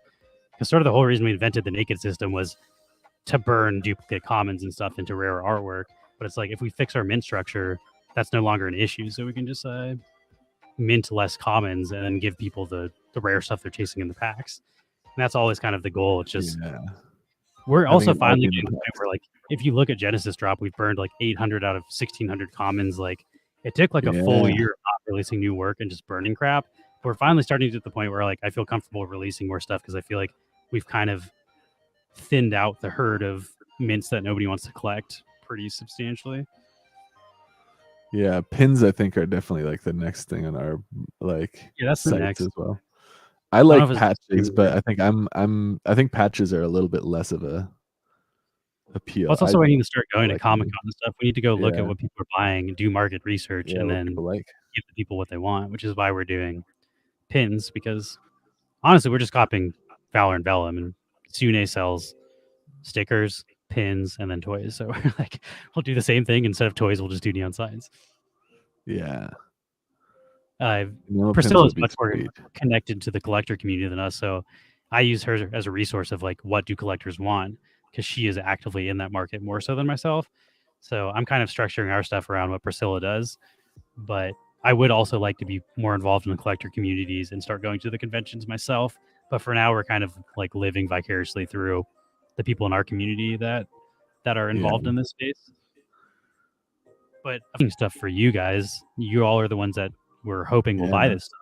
So if you really like patches and like denim jackets and stuff, like we'll absolutely do that. Like we're not trying to just make stuff to make it for ourselves. Like we want to make stuff people want. So definitely, if you have any ideas for physical stuff, let us know, because the way Paul and I do the patches is pretty funny because like we don't want to commit to like permanently attaching it to like denim that we have. So it's like we'll attach like little pins to the back of the patch and then pin the patch to like your shoulder or to whatever like over here or wherever you want for the like jacket you're wearing that day, and then you can like unpin it later and like swap it for a different one, and that way I get to like enjoy my patches and also not have to commit for the lifetime of my like clothing to that patch.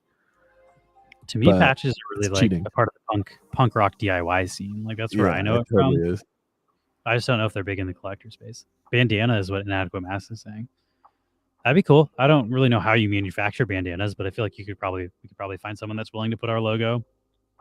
That's also something we consider as merchandise, like shirts and clothing and stuff. And like, I want a shirt that has the neon sign that's on your screen right now, like not the circle one. but like the one that's just like my neon sign here. Like I feel like a black shirt with just this would be fucking dope. I'd wear the shit out of that. I wonder if we could make it like a shirt where like if you go into a black light, it glows too somehow. Like That would be dope. I super do feel like the sexy. colors that we're using there already would look great in black light anyway. Like those are all pretty solid black light colors. The shirt I'm wearing right now is like one of my most expensive shirts because I bought this shit with Bitcoin like fucking in 2016 or something. And here, take a look. I'm gonna get a little closer to the camera. Like it's the Bitcoin roller coaster character meme. Here, let me pull you up.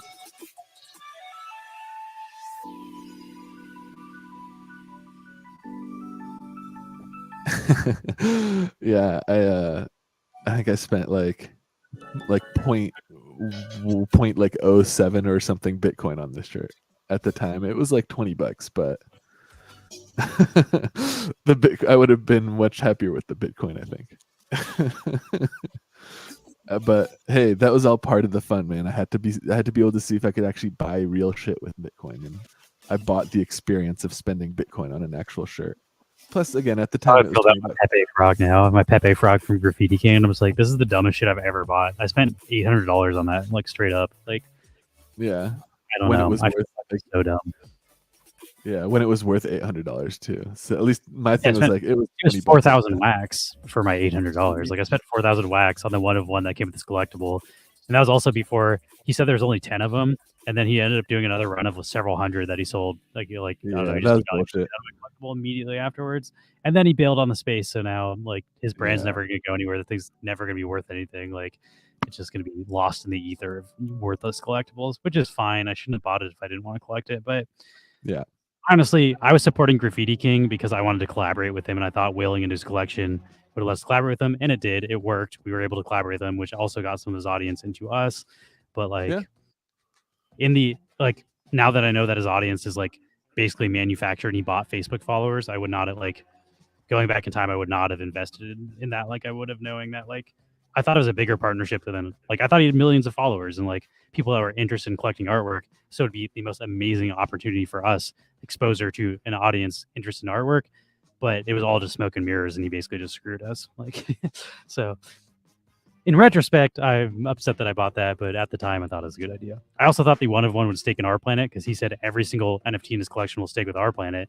So I assumed I would make that 4,000 wax back because Aether was pumping money at the time, and then he lied about that and it was never stakeable in Our Planet. So that's another reason why I am bummed about it. So I didn't buy it just for the collectible. I bought it for the utility that never came. Doing art on things, not necessarily manufacturing. If Paul draws an upcoming Oreo on a vaporizer, I'm bidding on it. I think that would be cool. Our dream fucking thing is like a Puffco sponsorship. We want a Puffco made by fucking like the Neon Space Puffco piece. Or like dream fucking collab as far as like doing artwork. I'd also love to make a Blanco. And now that Blancos is like they're not selling well anymore, I feel like now might be the time to swoop in and be like, okay, now that like you're not making any money, we're willing to work for much cheaper than most artists. So like, let's get a fucking Neon Space Blanco in the game. That's true. I definitely still want to have a neon Blanco. That'd be dope. Let's see.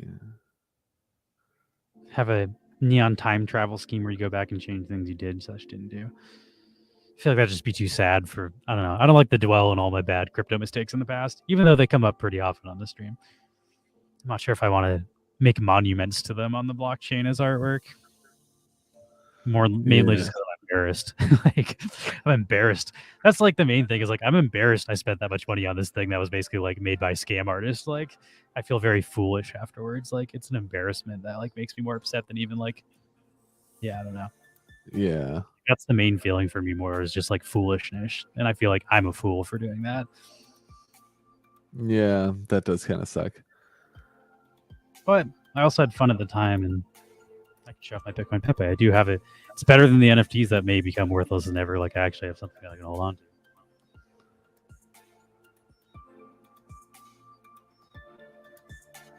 3 minutes, baby. Artwork, if I'm being honest, I do think this guy looks pretty cool. He's just not $700 cool. I'd pay maybe like $40 if I was not printing money on Our Planet.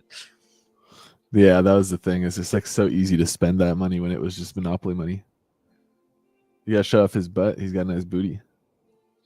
They're also Yeah, hand numbered and signed by let's go. Darren, the scam artist. That is still fun though. It's like a little souvenir of He's got a booty. yeah, he's definitely pretty dope. But you're right, it's a little crazy priced at the time. Yeah. Again, I was speculating that they'd be added to our planet, and if you had a one of one in our planet at the time, it was worth 4,000. Yeah, it would have been worth it. Selling Yeah. one of ones for 10K wax and other collections. So like, Easily. it was a speculative investment. I got burned, but I shouldn't have bought it if I didn't want the collectible, which is the rule of investing. Like at the end of the day, you're only getting what you pay for, and I wasn't buying our planet rigs, which also we got screwed buying our planet elements too. And they're like, don't buy stuff outside of our collection. We'll never nerf this shit. And they did. So no matter what, you would have got both. That's true. Yeah. I was trading rigs for fucking elements that I missed the craft on just because it was like, oh, they won't nerf them, and why not? And mistakes were made. 50 seconds, everybody. Let's do we haven't done a 30-second countdown in a while. Let's do one of those. It's all epic. Here, let me post the link too, I guess, if we... Boom. All right, here comes the 30-second countdown. Good luck, everybody. If you try to get a sticker, I hope you land the mint number 1. First one ever signed by Paul. Here we go.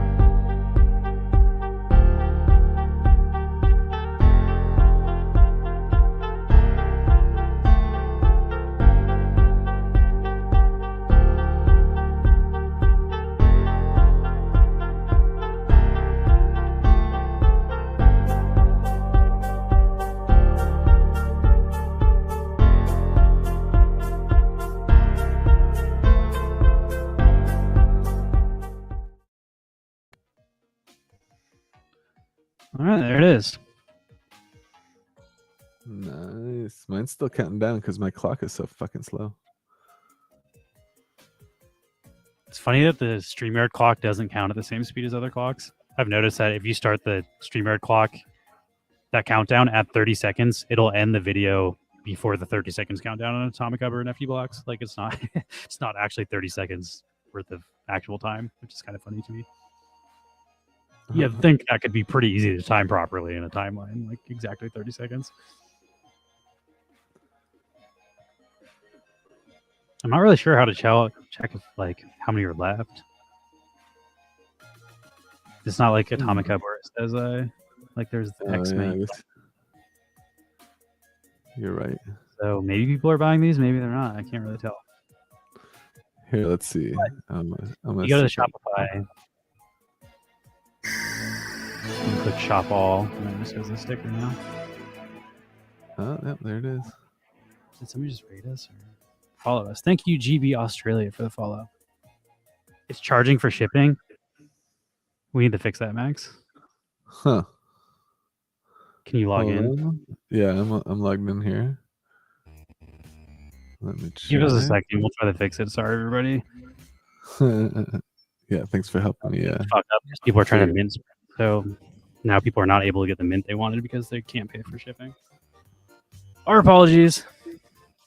I thought we set it up so it's free shipping. I swear we clicked the box that said do not include shipping into this, but there's a charge tax on product, and then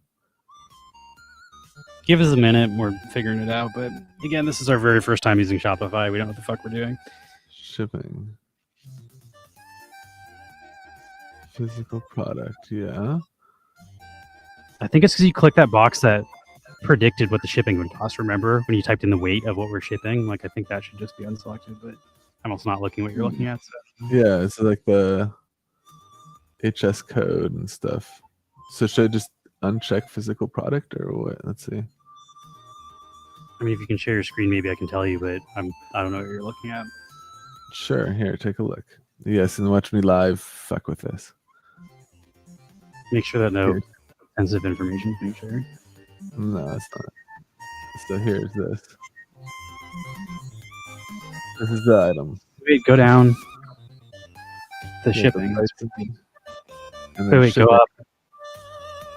What was the pricing? It says, keep going up. $3. Cost per item. Okay, that's all for internal. Keep going. Nonsense. Sorry. Just Trying to read. Inventory. Shipping. And then shipping, it says physical weight around 1 ounce. What happens if you do 0? Or if you just unclick that?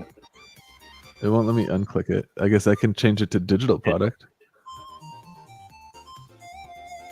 Well, we need them to enter the shipping details. Yeah, that's true. Enter the shipping details.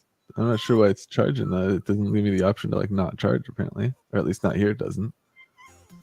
Let's see. Man, that's a fucking disaster. Boom. Try typing 0. See if that changes it. The weight, because it's charging based on the weight. Just type 0. Oh, why won't it let me? People are waiting for you, Max. There we Let's go. try Okay. things. 0. Okay. Also, let's just Google how to add free shipping to Spotify or Shopify. I'm sure there's an article. Okay, from your Shopify admin, go to settings, shipping, and delivery. Next, go to general shipping rates, click manage. For each shipping zone, add free shipping rate. There you go. Wait, where am I going? You. So, would you Where am I like going again? from your Shopify admin, go to settings, shipping, and delivery. Also, thanks for bearing with us, everybody. I'm sure this is not very interesting stream content. Let's see. Where is that? Fucking. I don't see settings. Oh, here it is. Settings and shipping and delivery. There it is. Shipping rates. You can turn those to free. Manage. Yeah, for that product. Click that product. Let's see. So that would be this one. It should be for both of them, but do the. We haven't sent anybody to claim code, so do that one first. Add rate or adjust rates, however, manage. Click manage. Let's see. That's Ship the address. origins, Not create great stuff either. It shipping should be zone. maybe add rate. Or click the three fucking ellipses at the end, and that's how you edit it. Scroll down, look at the price, go to the right, click the 3 ellipses where it says price free, $4.90, go to the right and click the 3 ellipses. Edit rate. There we go. I feel like I could do this faster. I'm backseat driving, but What's it free? I never logged into our Shopify. There it Here we is. go. You can turn the to 1 ounce. Marcel, stop. Marcel's And then we back also in- need to do this for the free claim. For the free claim.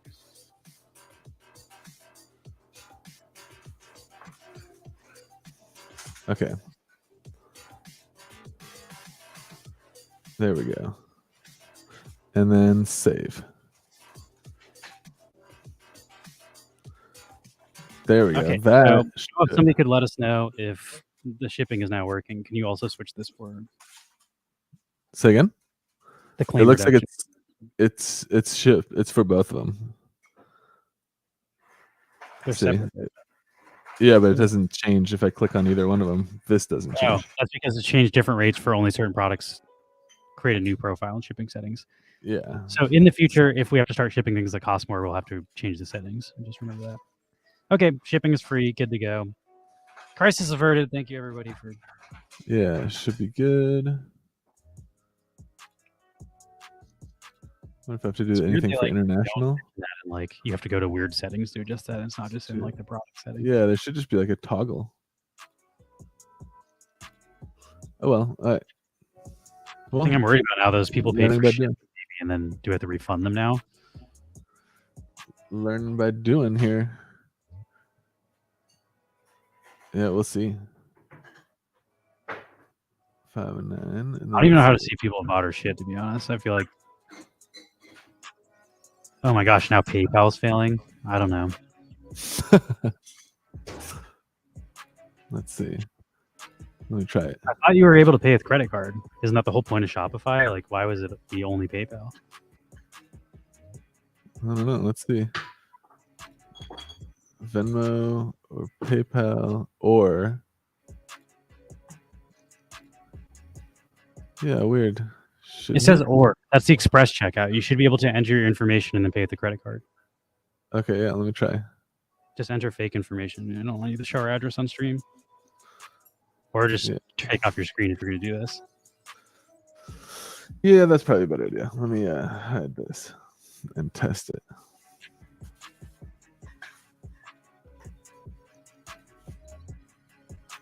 Let's see. I'll do a bullshit one just to test it.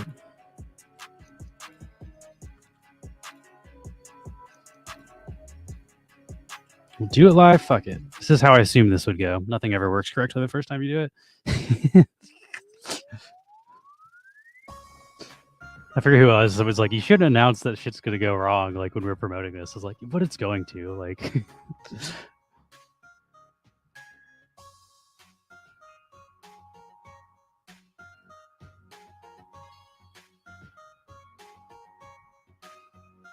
fake email at gmail.com. Name fake person. It looks like it does only offer me PayPal here. The fuck? What the fuck? Is PayPal not working or is Shopify not working? That's like, I doubt all of PayPal's down. Yeah, let me try bang it with PayPal here.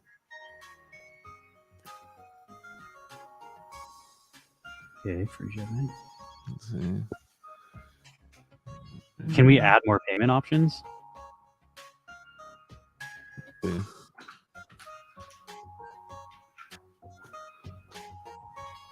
One second, let me check if I can do that with PayPal.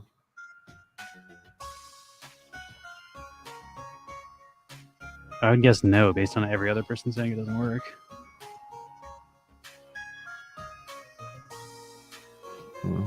Continue.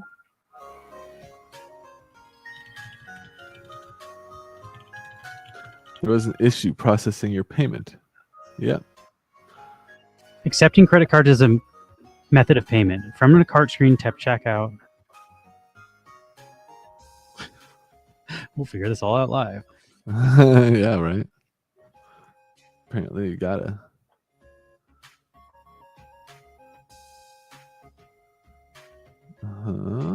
This is for in person, though. That's so weird.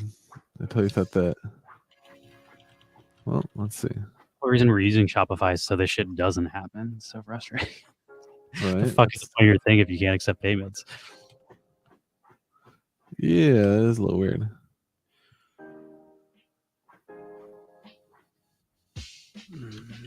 Why should you cut it out?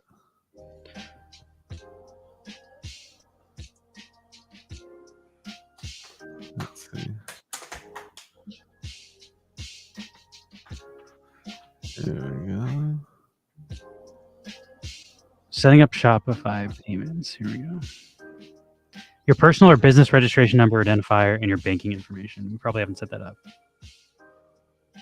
Have you? And can you input that right now? Where at?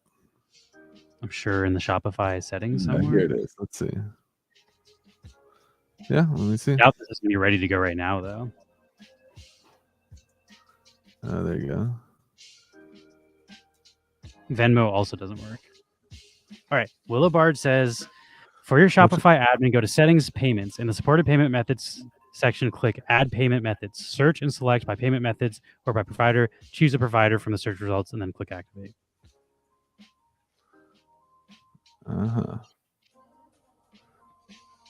Yeah, hold on.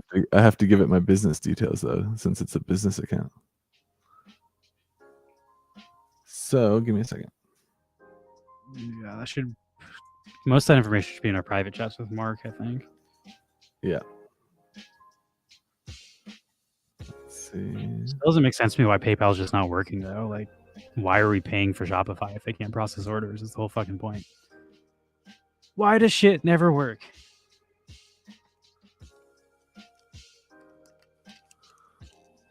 At least we're live for this. I mean, it'd be super. That's the rules. We're here to be like, let's see. what information can I help you find the information? Or I'm looking for the EIN number right now. If you can find that. I think that's on Atomic Hub. Oh, let's see.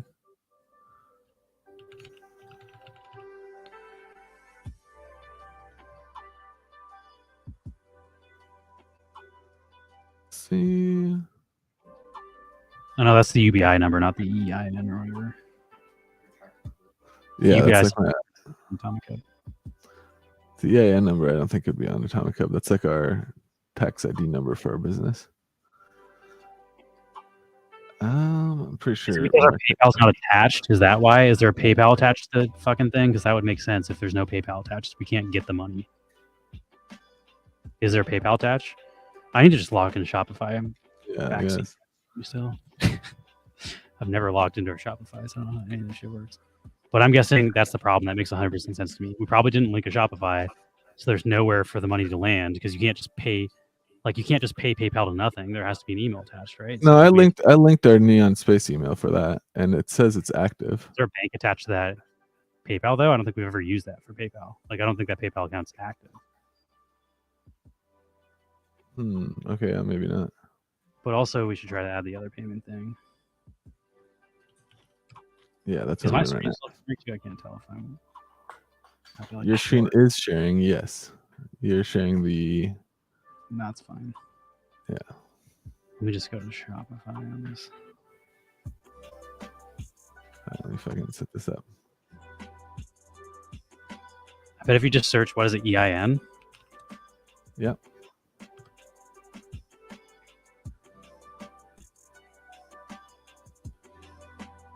Just gotta check in mine and Mark's thing.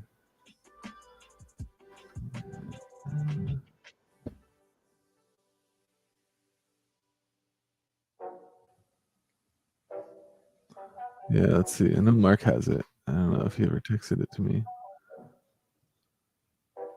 We have a email from somebody else giving us their EIN for tax people. Yeah. So yeah, maybe only Max has, or only Mark has that information. I still don't understand why PayPal isn't working though. Like, is PayPal the entire service down right now? Like, why is that happening? I don't know. It definitely says active here, though. If I click on payments and look at PayPal, it says PayPal. It says the account active in Neon Space.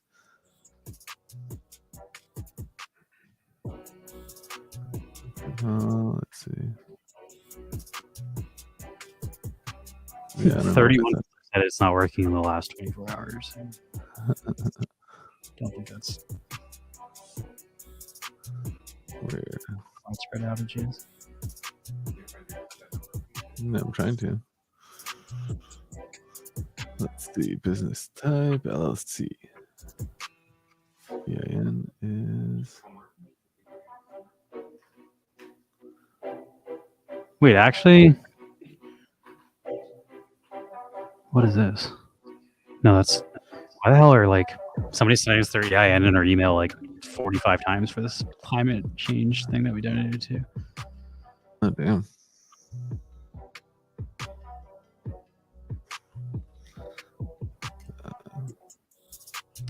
All fun stuff.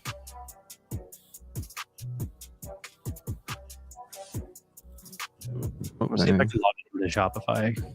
How do you even log into Shopify? Like when I search for Shopify, it says like sign up, and I can see if I can manage your business. Maybe? It's like the login page is different. I'm gonna try to log in and get. I feel like something has to be wrong with the way we set up the PayPal.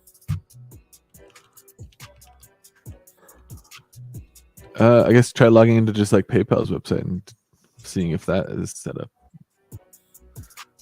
I'm still trying to find this EIN. Except no, it should be set up because that's how we do our Twitch payments. I think Twitch goes through PayPal.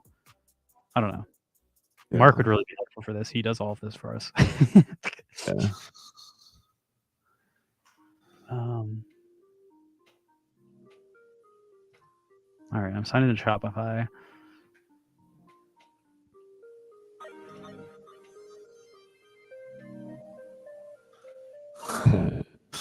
Well, at least nobody got to get a false start here. Yeah, it's just not ideal because we've spent like a whole week promoting this, and if it doesn't work, then it's a bunch of waste promo. Yeah. Let's see. Finances, maybe? Okay, let me check. My email.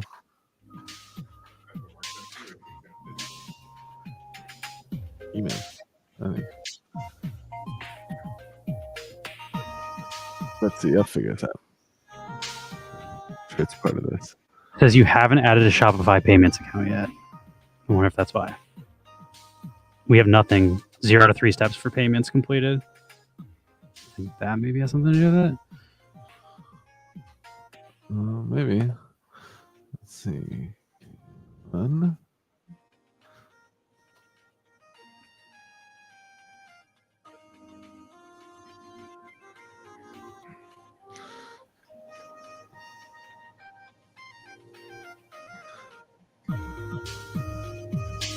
Let's see.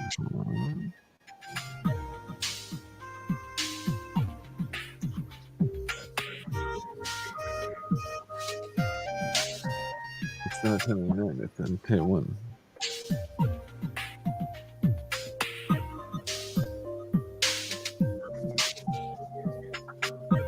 I think it's in the Neon Space email, actually. Fucking, I'll find this fucking thing. It says literally right here, you need to provide some information about your business to start accepting payments in your store at Shopify. Yeah, Payments. that's where I'm at. I'm trying to get the EIN for that. Okay. Did you text Mark? Yeah.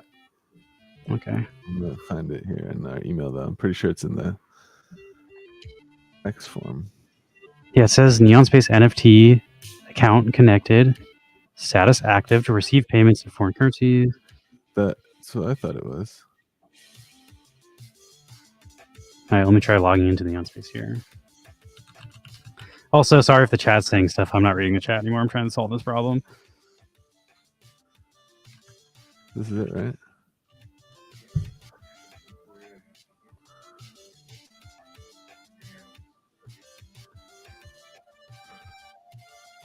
Maybe it's because we've never confirmed our email on the Spotify account. We also never linked a bank. Let's see. Yeah, we have 0 of 2 steps completed for setting up an account. For just, Oh. like, I would assume that's why it's not working. This is job title. Yeah.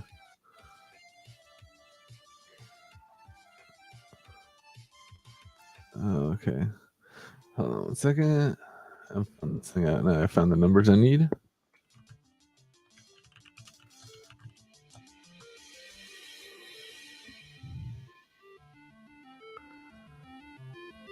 All right, now we need to link a bank, and then our shit should work.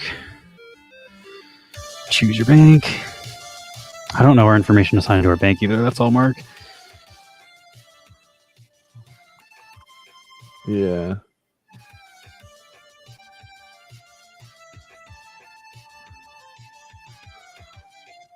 Let's see. Let me text Mark.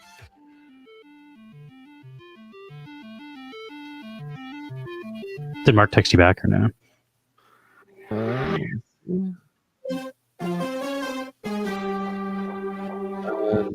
But let me text him on his phone too. I didn't Discord text. I don't know if he. Oh, I would use his phone number, not Yeah. Discord. Text him there. Let's see.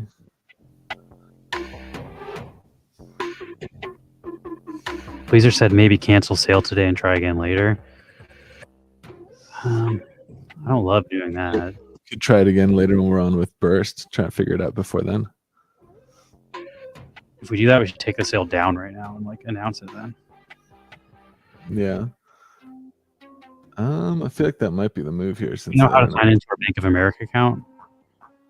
No, I don't. That's Mark's. We need that information like publicly accessible as well. So if Mark is not able to be here for this, we need to have access to this information for future stuff. This is bad workflow.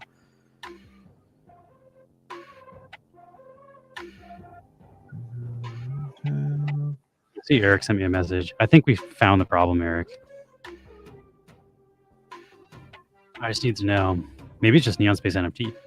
Let's just guess what our Bank of America account is. Probably something like that.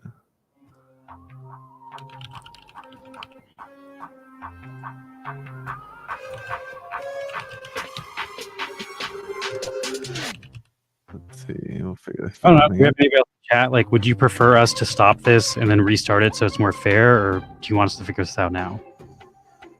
I'm fine doing either. It's just I don't know what to do here.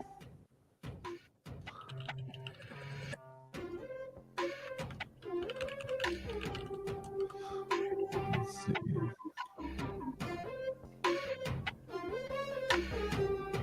Text Mark.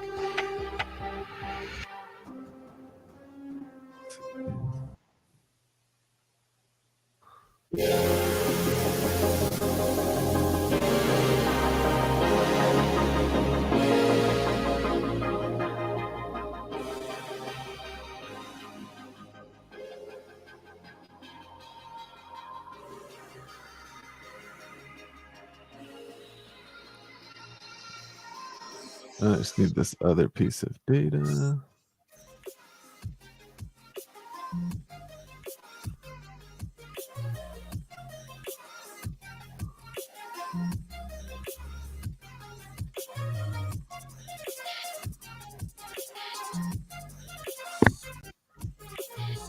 There we go. All right. Text Mark. See if he gets back to me. Just filled in this whole thing. I'm almost positive that's the issue. Like, the PayPal wasn't even a registered PayPal account. I think you have to be able to like accept the payment and get it out of PayPal in order for you to get the payment.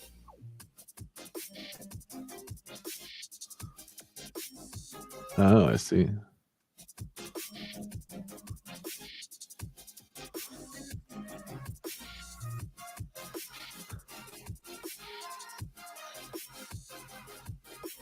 Let's see. I gotta sign up for this 2FA as well.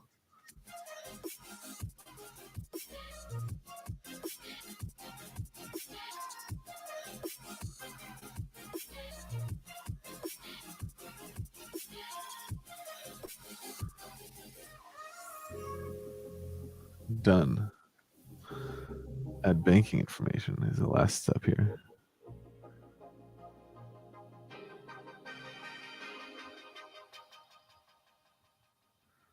Uh-huh.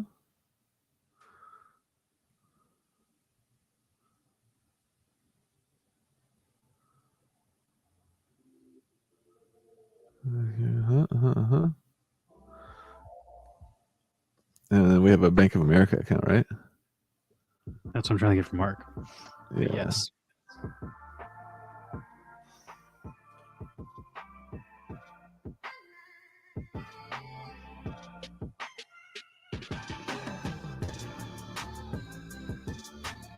He said he DM'd it to you. Can you DM it to me? Yeah, the bank info? The login username for Bank of America. Oh, yeah. Let me see where that is.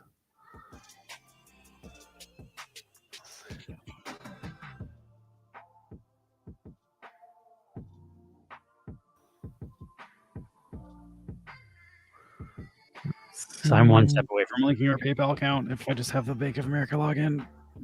Okay, yeah, let me see. I think I have it here. I think I'm just going to make the executive decision and say we're just going to try to make this work right now instead of relaunching it later. Unfortunately, bunch of people are probably not watching because we've been just like discussing technical issues in detail for 40 minutes straight. So a bunch of people are going to miss out on the launch. But those of you that were willing to suffer through this will have access to the first minutes. That's your reward for this shit stream that we're doing. Any update on that, Max? Still waiting for you to send me. Sending it to you right now. Here's what Mark sent me. He says he didn't send the password, but he got me with the name. Do you know the password? I don't. That's not useful. I tried the password we use for everything and it didn't work. I literally already tried this. Yeah. Let's see. I'll try text again. him.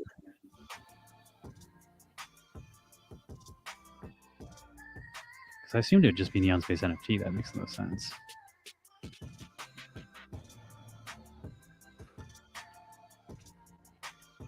But maybe I typed something like typo wrong. Oh no, it's definitely not. Here, I have it. So you just sent Definitely me the wrong thing. No, he just sent me the password. I asked him like, "What's the password?" And it's nothing that you would ever guess. Yes, that's correct. Yeah. You also delete that message if you want. I'm signed Yeah. in. Fuck though, we have to get a phone. What's Mark's phone number? I can tell you that. I mean, don't say it on there. Right. Yeah, I'll send it to you. I have it in my phone. I'm just going to look it up. I was thinking out loud. Okay, cool. But we have to text him the verification message. So like he needs to text me. Oh, he also says he thinks my phone number can do the 2FA. Let's see. All right. Well, then let me do your number so we don't have to deal with Mark. God, where are you in my phone? I use my phone so infrequently for phone stuff. No, you're not on here. My phone number? I mean, mine is. It's Yeah, I'll text 7224 or 4644 for the last digits, and your phone number is neither of those in my phone. No, it's not. I don't know who that's. Oh no, 4644 is Paul. Is Paul here right now? Yeah, he is. Okay, I will text Paul the number that we need, and then I need you to send me this number. Let me tell Paul. It I'll should be have right back. texted me right now. If he can forward that text to me via SMS, that would be perfect. Hell yeah, I feel like we're making some progress. Nothing like severe tech issues on launch day.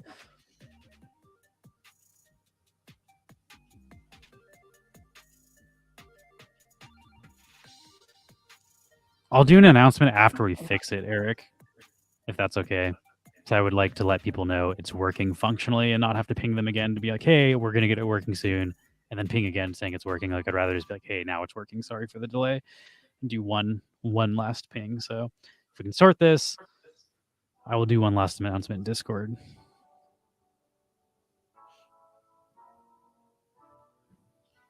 And we should be very close to figuring this out.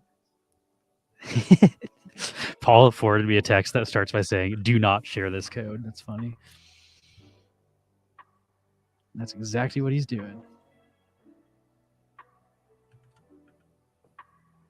Yeah, thanks for bearing with us.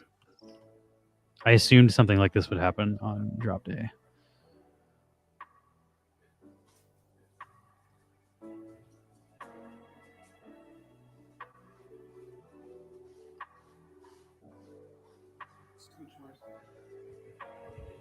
All right.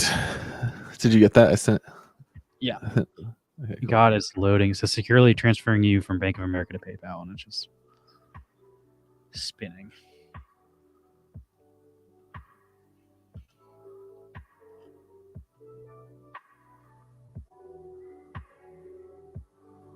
Okay, I'm going to connect our bank as well.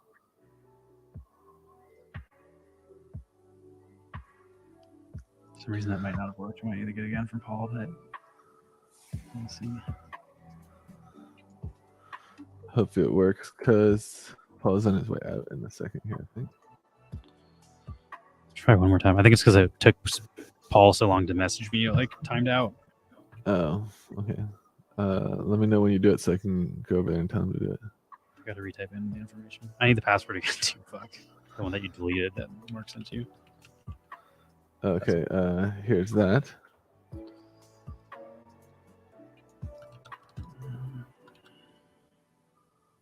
God, we're so close to having this.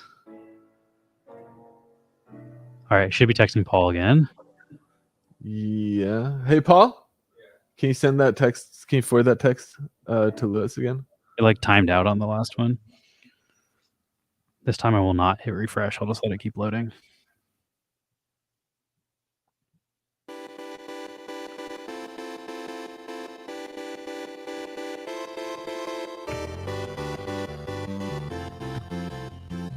And then here's another one. Can you give me this one? And then this is for me now.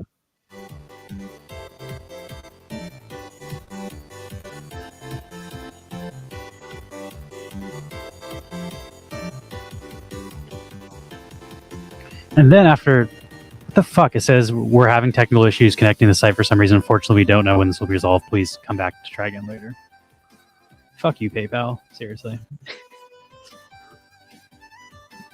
Yeah, that happened to me on my PayPal earlier. On something else I was doing. Let's see, but I'm almost done linking the bank for the credit card. Well, Valor Vellum bought 2 stickers, so something's working. I just finished linking the credit card. Like literally. Just... Credit card payment is working, everybody. PayPal does not, but credit card does. What's this? Oh yeah. Congrats and thank you, Valor and Vellum. She said she Yay, can't the hear credit me well. card and should be She's been set up pulling her right. hair out for the last hour trying to figure out how to make credit card payments. All right. Progress. Oh, I can hear myself echo. You know, my volume slightly. Actually,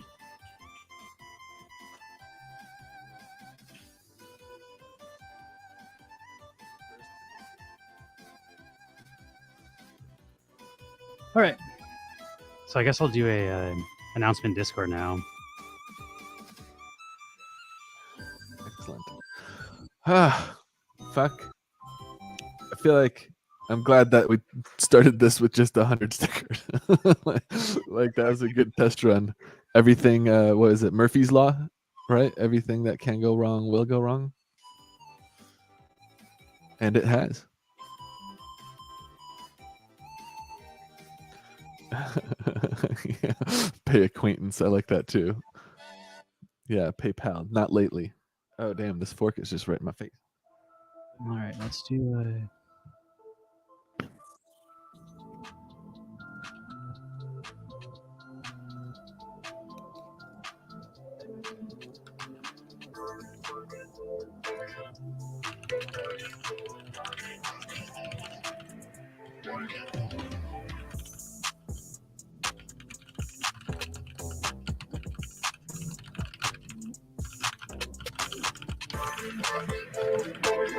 Got it working, baby. Feels good. After way too much.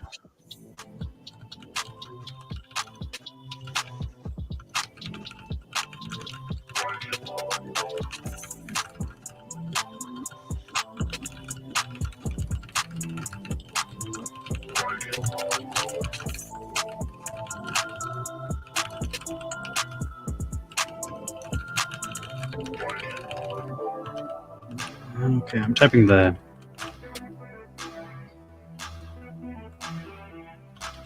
Update in Discord. Said after some severe technical difficulties, our Shopify sale is live for credit card purchase. We are having issues verifying our PayPal account, so that payment option is currently not working, but we'll hopefully be able to resolve shortly. Thanks for the patience and for everyone who's supporting us through this endeavor. Heyo. Look at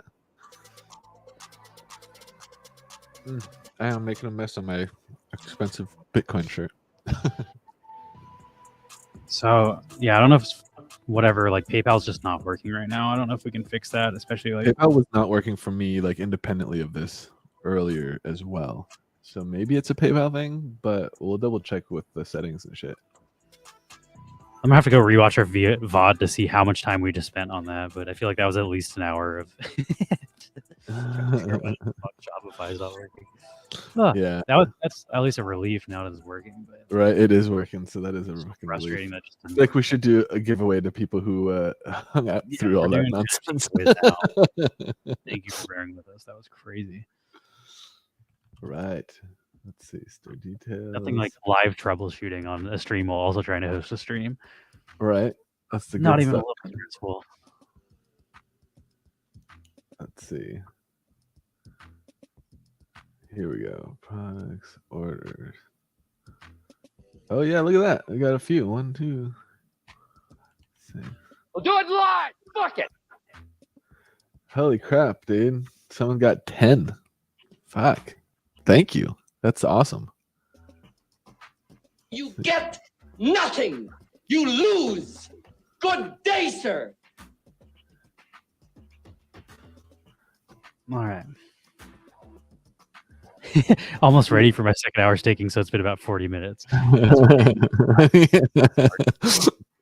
Hey, we're making, at least we're earning that sweet steak while we're dicking around here, right? We used to have a friend in high school that would tell you how long it took to get places by songs. He's like, yeah, it'll be like 3 or 4 songs where like, you can cut the middleman and just like tell us numbers. Like it's a weird way to like tell the passing of time. You're like, yeah, it takes me like, I can listen to like 7 songs in the amount of time it takes me to get from here to there. Ooh, So 27 got ordered. Let's go. Thank you guys. That's really cool. That is really cool. The steak link for a pepper steak. Pepper steak? He's asking what's the steak link, and I'm assuming they're asking for Oh, Chain Expo. yeah. I'll hook you up with that. I have it right here. Let's go back to the pools.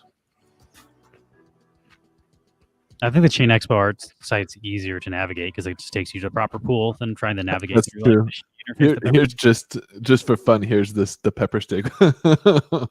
Smoke weed every day. But yeah, it is kind of a shitstorm to navigate. It's a very ugly user interface. But hey, I'll take the steak rewards, right? Bleezer says when they used to be a house band, or they judge things by how many songs they heard on the radio. So okay, I guess my friend's not crazy. He's not the only one that's judging the passing of time through songs.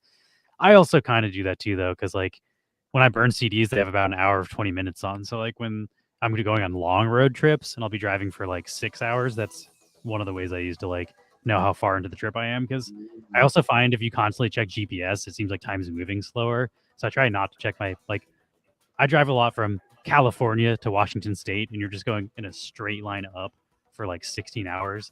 So I find it's like time passes faster if I'm not just constantly looking at my phone seeing the time isn't passing. So I will use CDs in that context. Like, oh, I listened to a full hour and 20-minute CD. Let's pop in another CD, and like after 4 CDs, I'll be to San Francisco.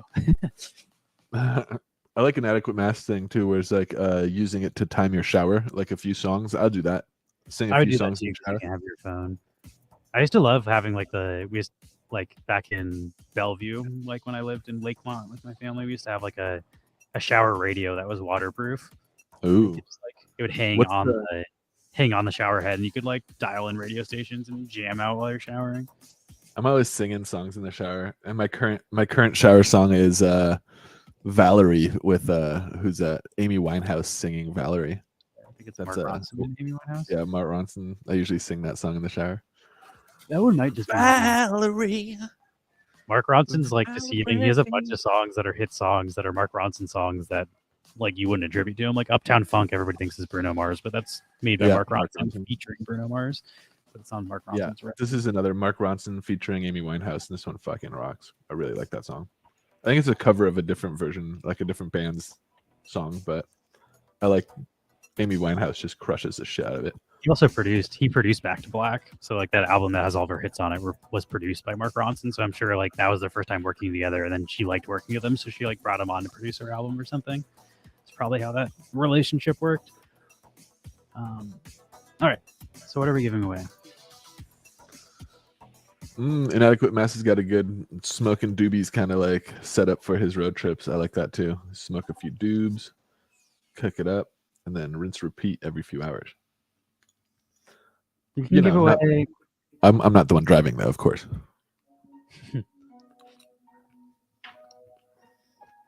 You can give away some Alien World stuff, maybe. Anybody Oh, want yeah. to see a drill? How are these worth $2.50? That's crazy. It's wild. There's literally like, always. I mean, just like do the diluted market cap of this shit. Like, there's 415,000 of these, and they're worth $200 each. There's $800,000 worth of value sitting in this asset. Like, that seems really unrealistic to me. In this asset Alien that World. people got for free in Alien Worlds. Alien Worlds trips me the fuck out, dude. I'm jealous that TD was around for those early Alien World Lands drops, dude. Those are fucking. That sounds like the time to be alive. But if you win this, you can use it in your setup, or you could also just sell it for $2.50 worth of wax. I guess every bot needs 3 of them, is what Toon 2K is saying. Yeah, botters Yeah. buy these for their bot accounts. That's also what people buy Alien World shit in general. Though. Like I'd say most tools are probably being used by most people playing Alien Worlds are bots. So Yeah, so Lewis actually kind of like got some inside info on how people bought it, and it's like they use a service. It's like most people aren't like running bot farms themselves; they pay somebody to I run can't bot speak for them, that, but or I can't that's say a you don't corner of that. bot to bot Alien Worlds. People provide services to bot Alien Worlds for you. You just provide tools. So anybody without computers to bot can just buy tools and send it to a website that takes a portion of the botting percentages. But like that's a huge part of the Alien Worlds ecosystem. Yeah. And Wow. also what that kind of proves is people don't bot. Like everybody's like botters only play for free. Making them pay for stuff will stop botters. That is not true. Botters, it's a calculated mining cost. Like the cost of botting is built Yeah. into how much they're making. So as long as they're making more than they're spending, they're willing to spend. So because like if botters wouldn't play for free, blockchain brawlers wouldn't have blown up. Like the fact that blockchain brawlers blew up is because people were botting it and automating it, but they had to buy stuff to be able to do that. So botters will absolutely invest in a project if they can make more on the return. So like just creating a paywall isn't going to stop botters, because if it's viable to bot and profitable, they're going to fucking bot it, which is why I think some people have the wrong approach. They're like, oh, just don't make it free. All the botters on Wax are doing it for free. That is not true. A lot of botters invest in their bots in order to make more money. So Yeah.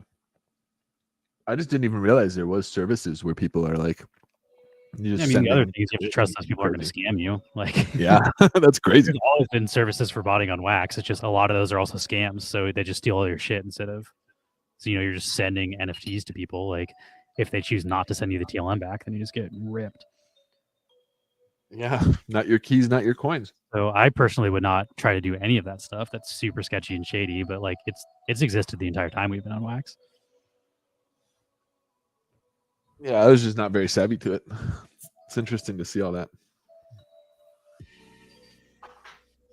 There's like a whole economy around people botting, like a whole, community of people offering services and other people who are like taking the services and, buying tools and then flipping their earnings and trying to like calculate their little margins. It's wild. Very cool. But that's basically the game, I would say, as far as Alien World's game goes. Like that's the game, like how to, manage your bot farm. But it's not a game I'm playing. All right, let's give away this. Speaking of, let's give away the standard drill.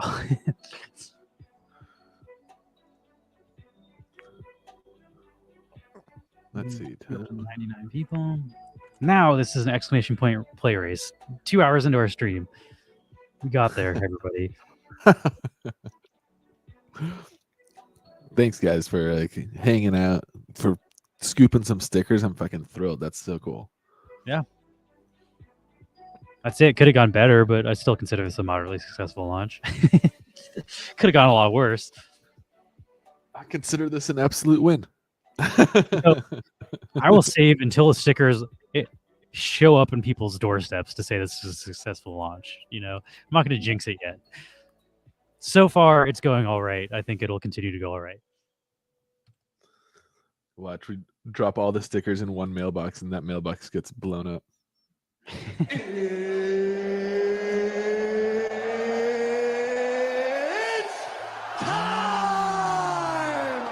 Later, Eric. I don't know if we'll still be on in an hour. We're casting on Burst stream in 5 hours, so we will be streaming later tonight. But Yeah. this is for anybody.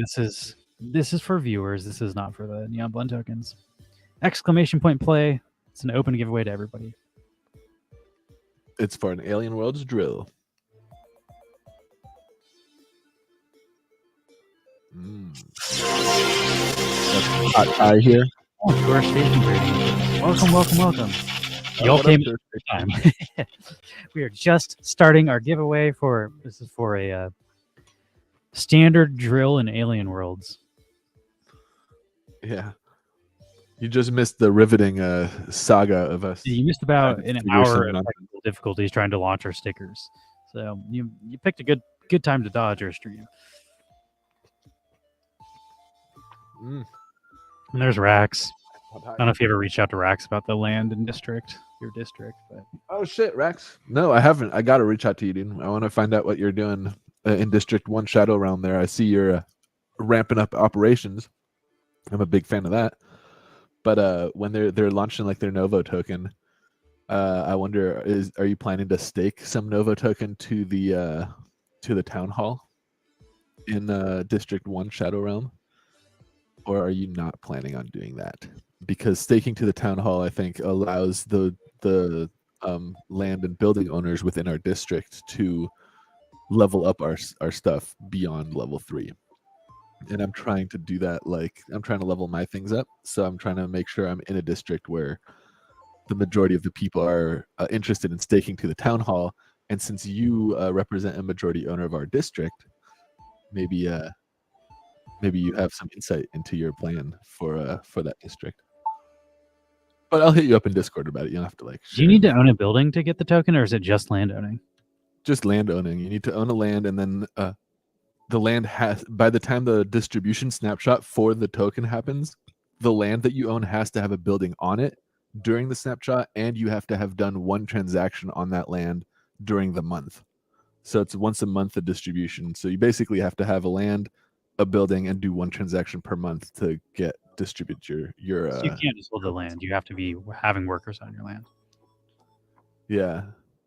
So so Rax is saying he has so much land without buildings on it. So I guess I'm missing out on, so the thing with that is, the monthly airdrop is designed to split like a distribution of these tokens each month between all the active players.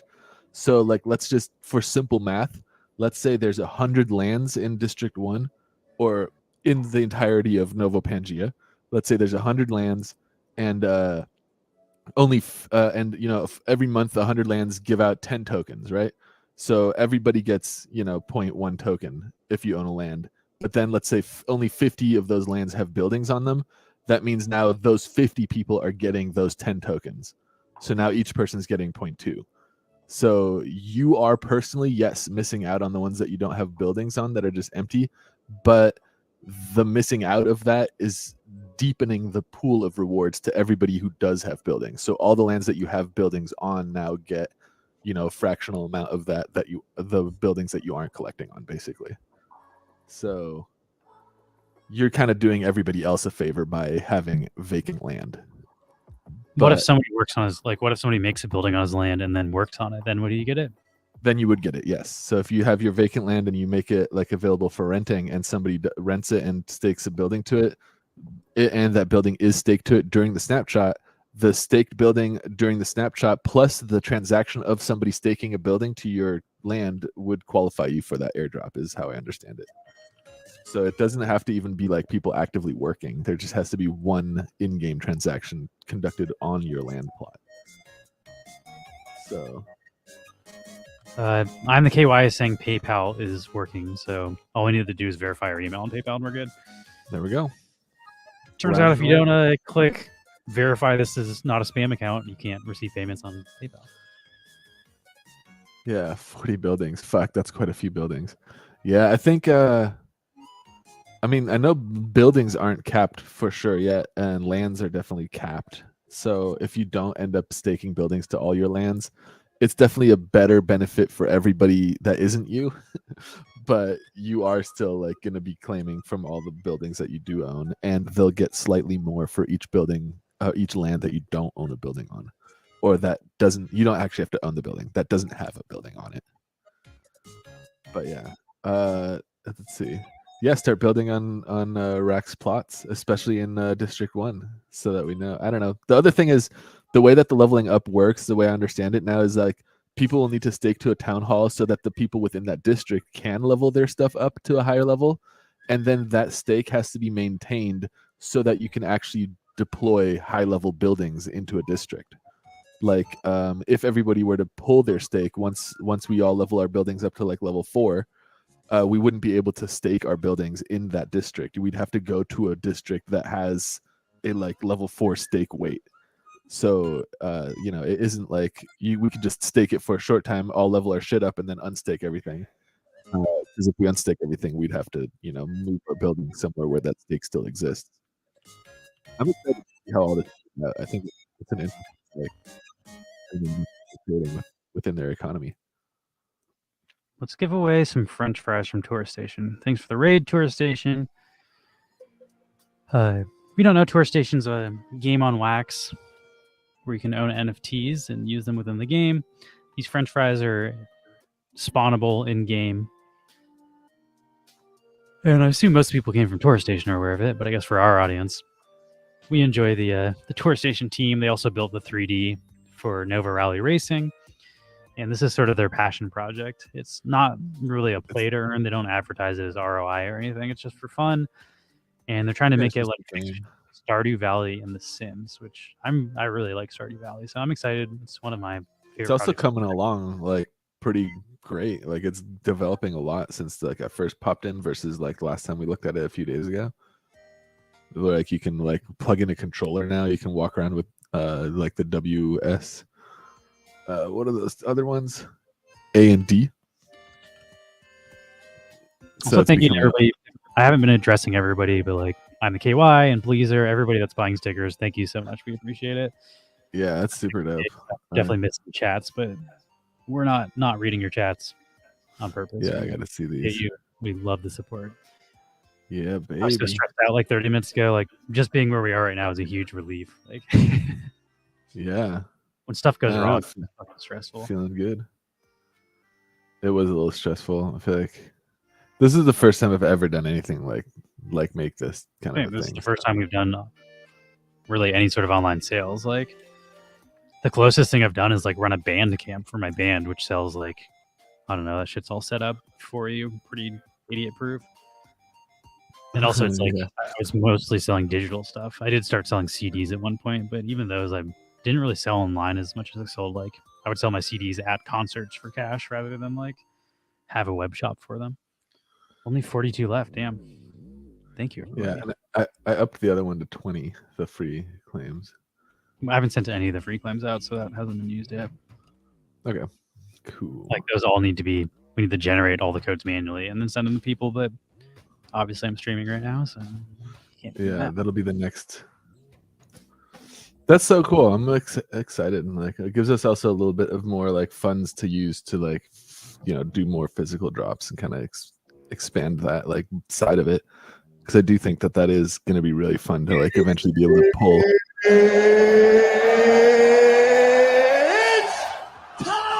Exclamation point play if you want to join the giveaway. This is for the French fries from Tourist Station. Yeah, to eventually pull some redeemables from a pack. I'm looking forward to that. That's gonna be wild. Me too. I even think just people being able to get on with blend tokens is super cool. Like you could have bought artwork on our first drop, and then like a year and a half later, you're able from the stuff from Genesis Street can now be turned into like physical shit. We never even promised that. That was never a pitch for Neon Space. Nobody bought in anticipating this being a use case for the tokens, or even when you bought our first drop, we didn't even have blending. Blending wasn't even an option. So like the fact that we've kept the early stuff in our collection so relevant to what we're doing right now is like, I don't know. I don't know many NFT collections at all that do that. It's like usually just a bunch of dead schemas and like old stuff nobody wants to buy. So it's pretty cool that like we're building in a way that like rewards the people who supported us on the first drop. Like you're still getting utility from those first NFTs you bought from Genesis Street. Like, yeah, that's definitely always the goal as we add more utilities. Like make sure that it extends to everything that's been released, not just the latest whatever, and feels like a moving of the goalpost. Like as collectors, I fucking hate that. Yeah, it's just happened to us so many times in the space where like we just don't want to do what everybody else is doing. And like, yes, that is the way to make money.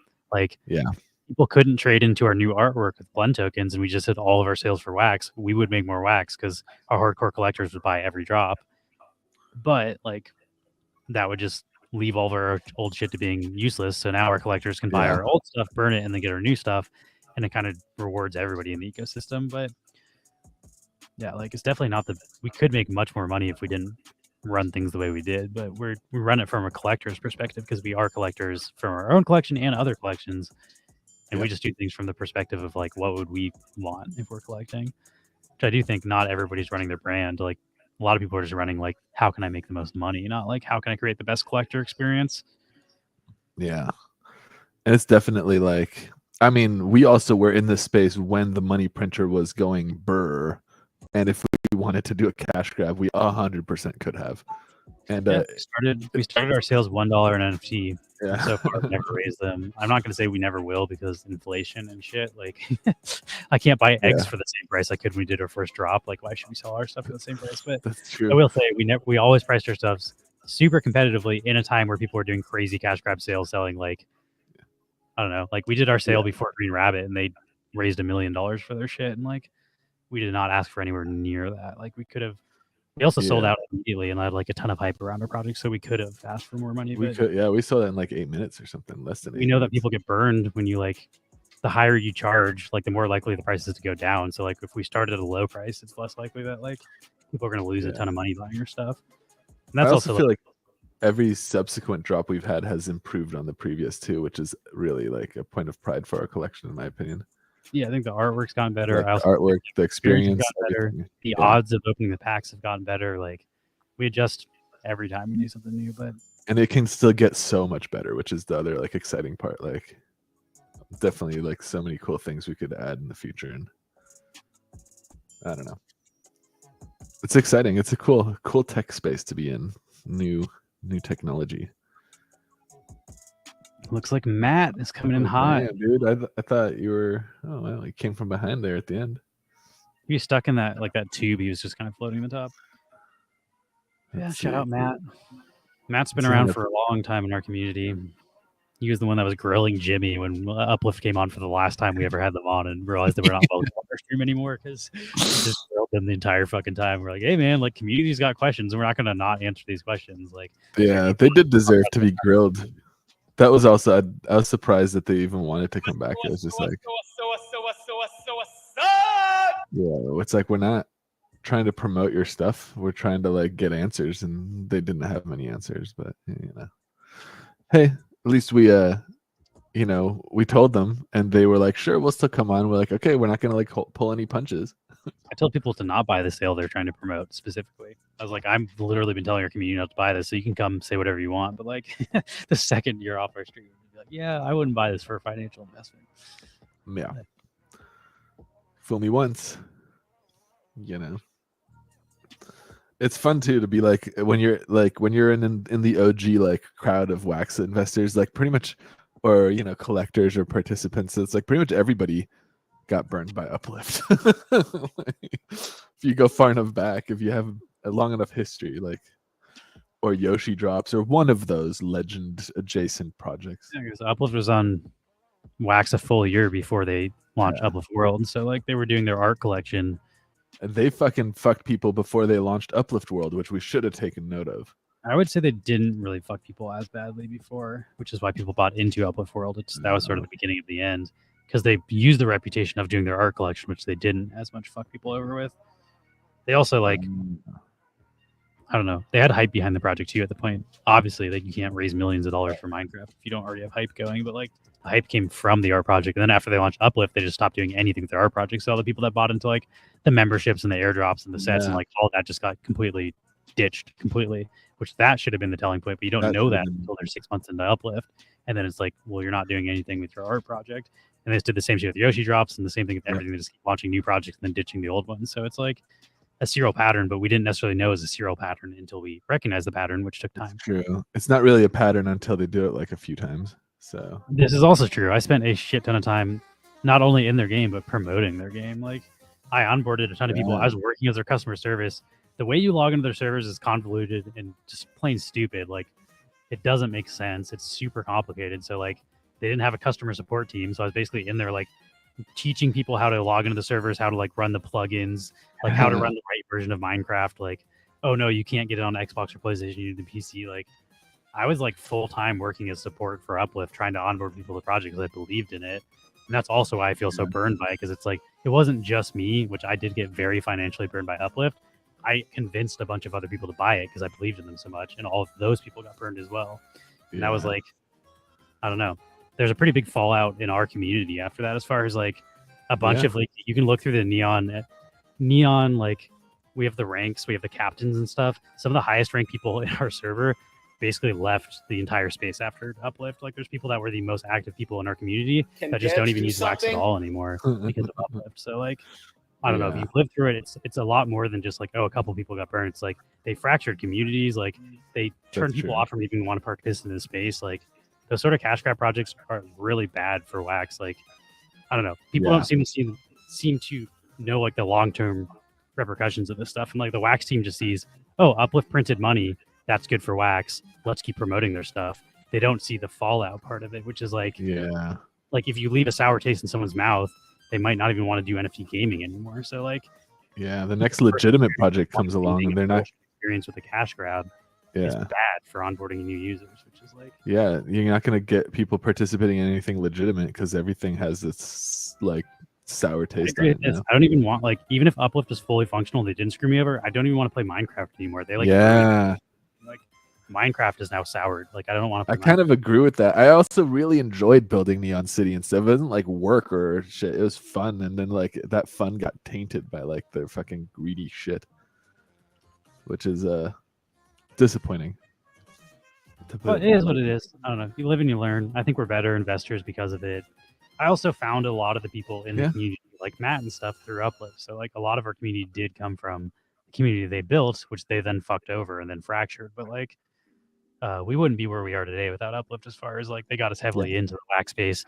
They introduced us. I didn't know what the horrors was. I didn't know what Our Planet was. Corey introduced me to Weekend. He introduced me to the horrors, like all the stuff that we ended up like getting us into the space, the community that we were still active with, and the friends we've made, we found initially through Uplift. So standing in Reddit like entirely, because if I didn't do that, I probably wouldn't even be in Wax. Like I would have just stuck Monkeys and Alien Worlds and never really gotten into the space. But they kind of like long term, you would have done pretty well. Crypto Monkeys and Alien Worlds. Actually, done much better if I just stuck. You'd have done pretty fucking well. I will agree there. And it's like, I don't know, like the what is it, like standing here now, like, you know, in the aftermath, in the rubble of the collapse of all this stuff, it's pretty like souring, and like it's kind of a desolate wasteland. But it's easy to forget when you're standing in that wasteland. Like the Uplift team, like had their finger on the fucking pulse for a while. Like they used to like know what was up. They used to like. They also launched, like they said, they'd launch Minecraft in like 3 months, and they like, did. Succeeded past the roadmap. They early launched everything. Like they were early launching dev dates, which is unheard of in the space. But then they went from early launching dev dates to never hitting a single one for like a year and a half after that. So like they definitely were on the ball at one point and did like you could play Minecraft on the blockchain. Like they've made that work. Yeah. Like very early in the space before any other game was functional. Splinterlands was the only other playable game. There's like Alien Worlds, Our Planet, and Splinterlands, and like Our Planet and Alien Worlds are hardly even games. So they made like the first functional game on Wax only, because Splinterlands is on Hive. It's not even Wax. So they were very early. They just fucked up at like, they just mismanaged the shit out of their company. Like that project could have worked if it had been managed properly. Like they had the buzz, they had a good product, they had everything except knowing how to run their business, which they just crashed into the ground. Yeah. Let's do a Life with Sasha sticker pack. Hey-o. Sasha. These are cool. They'll open for all the different like variants of that sticker, and then there's blends that you can do to like get even more rare variants of it. BT dubs. Oh shit, I'm looking at something I shouldn't be looking at. Oh yeah. All right, let's do one of these. Yeah, we were talking about Uplift. It was Uplift, Uplift, and then by extension, some of the other like legend adjacent stuff like Yoshi drops. Somehow, no matter what, we can always end up bitching about Uplift. All roads lead back to being salty about Uplift. Yeah, exactly. It always comes back to Uplift. Years from now, we'll still be like, "You guys remember Uplift, motherfuckers?" I've still got too much fucking Yoshi drop shit. Like, I have so much Yoshi drops, just garbage in my wallet, and like, I don't know. It's like, like I don't even know what you do with it. People aren't buying it. Yeah, Legend is definitely the shitter behind all those catastrophes. Like the fact that they're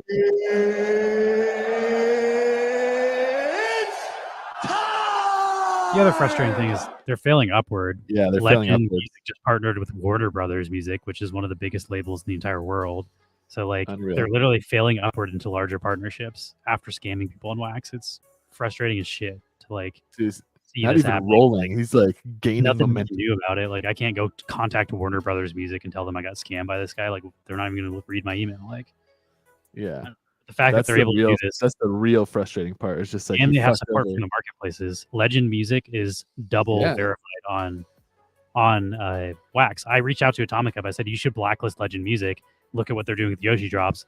They're launching Legend Music with the money they raised for Yoshi Drops. They're building the platform they raised money for under a new name. Like, and then they're doing that to bypass all of our fucking lifetime memberships. So now they no Yep. longer have to give us free drops for this new thing they just built with the money they got from the first thing. And I was like, how is that okay? Any other brand that did this would be blacklisted. Like, this is unacceptable. They've made 0 sales and you double verified this brand that Yeah, is like, I don't know. it's bullshit, But dude. Atomic It's- Hub's not going to blacklist them because they print money for Atomic Hub, which is why I'm saying Yep. like they'll turn their eyes to bad actors if it benefits them. And that's true for both Wax and Atomic Hub. I think all they really care about is the numbers.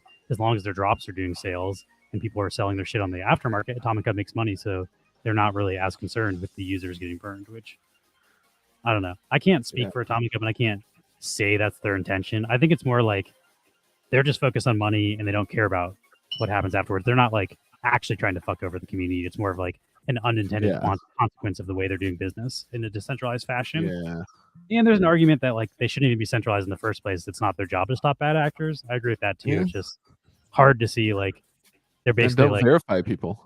yeah, like verifying someone that's a bad actor just seems like problematic to me. I don't know how else to describe it, but it is what it fucking is. I tried my best. I put all the evidence that they clearly lied to us. I pasted all the tokenomics things that they changed in Yoshi Drops, which is what we invested based on, and he deleted all of them after I reported them, but I screenshotted all of them. They're like, look, he deleted this entire channel trying to cover up all the shit that he lied about. I have receipts for it. I gave them all of that information. Nothing happened. Yeah, from they it. don't care. So That's- it is what it is. Really, that's tried the my frustrating, hardest. the most frustrating shit. Where it's just like, how is this like not coming? Like, how is this shit not catching up to them? I'm also the Like- only person. Like, I was the Yeah. only one. Well- Like, a bunch of people agreed with me in Atomic Hub, but nobody else is reporting. It's like, I don't know. It seems like nobody gives a shit. Everybody just gets scammed and moves on to the next Ponzi. They don't care to like Yeah, inform people of the wrongdoings. I don't know. It's frustrating, but it is frustrating. it is what it is. I'm just going to focus on my own project and make the coolest shit I can make. And there's no way those people are going to be successful long term. They just fuck over everybody that supports them. Like, I mainly just feel bad for the new people. Like, anybody buying into Legend Music is going to get fucked. Like, everybody that bought into Yoshi Drop. So it's like, Yeah, people actually cared about like the users of this chain, they wouldn't let that happen. But the people and the in power, pitch was cool again. Like, man, I was into the concept of Yoshi Drops. Like, if they had actually delivered, fuck yeah, that'd be such a cool project. yeah. I'm also a Obviously. musician, so music is my art form. So I saw it as a way to pivot into making my music on the blockchain. So actually, the Gyrating Hips was whitelisted before Neon Space NFT. I was planning on like Neon Space was Max's project and Gyrating Hips was my project. I just ran into the issue of I don't make visual artwork, so I couldn't make the visual artwork to sell my NFTs as music. So it made more sense to partner with Max, who's a visual artist, so I could add music to his visuals. It was more sustainable.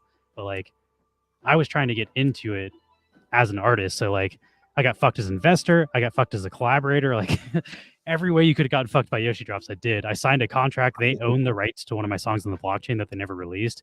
So if I release my own song, they could sue me, which they said they wouldn't, but also like legally they can. So like, I don't know. Yeah, Like, I got would real trust dumb on them. I wouldn't trust them not to. If it makes you money, if it makes them money, they'll do it. That's what they've basically shown over the years.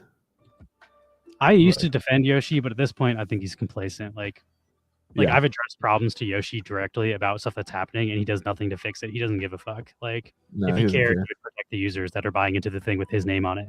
Like, I wouldn't let Max make a project called Lewis Drops and then fuck everybody Yeah. over. Just be like, oh, I don't know how. It works. Oh, new project idea, guys. Loose drops. So, like, although Yoshi doesn't really know what he's doing, he's still like, letting scammers use his name to funnel money out of the space. So, like, it's on him to fucking vet the people he's working with and to like. do Oh, something. 100%. And if he's gonna be the face of it, it's definitely his fucking like complacency that like allows that stuff to continue to happen like well over a year later. I'm also like skeptical. I don't even understand like what his role in the music industry is. When you look up his credits, he's only listed on one album that's ever been made in the history of music. It's like, did this guy just engineer one record ever, and that's all he's ever done in the music industry? Normally, if you're like Max or myself, you have a list of credits that you can find A publicly. long That does not list. exist for Yoshi Kondo. I don't know if he's like a real person. Like, I feel like he found a name of an obscure dude on one album and just like took that name and was like, okay, nobody can actually verify.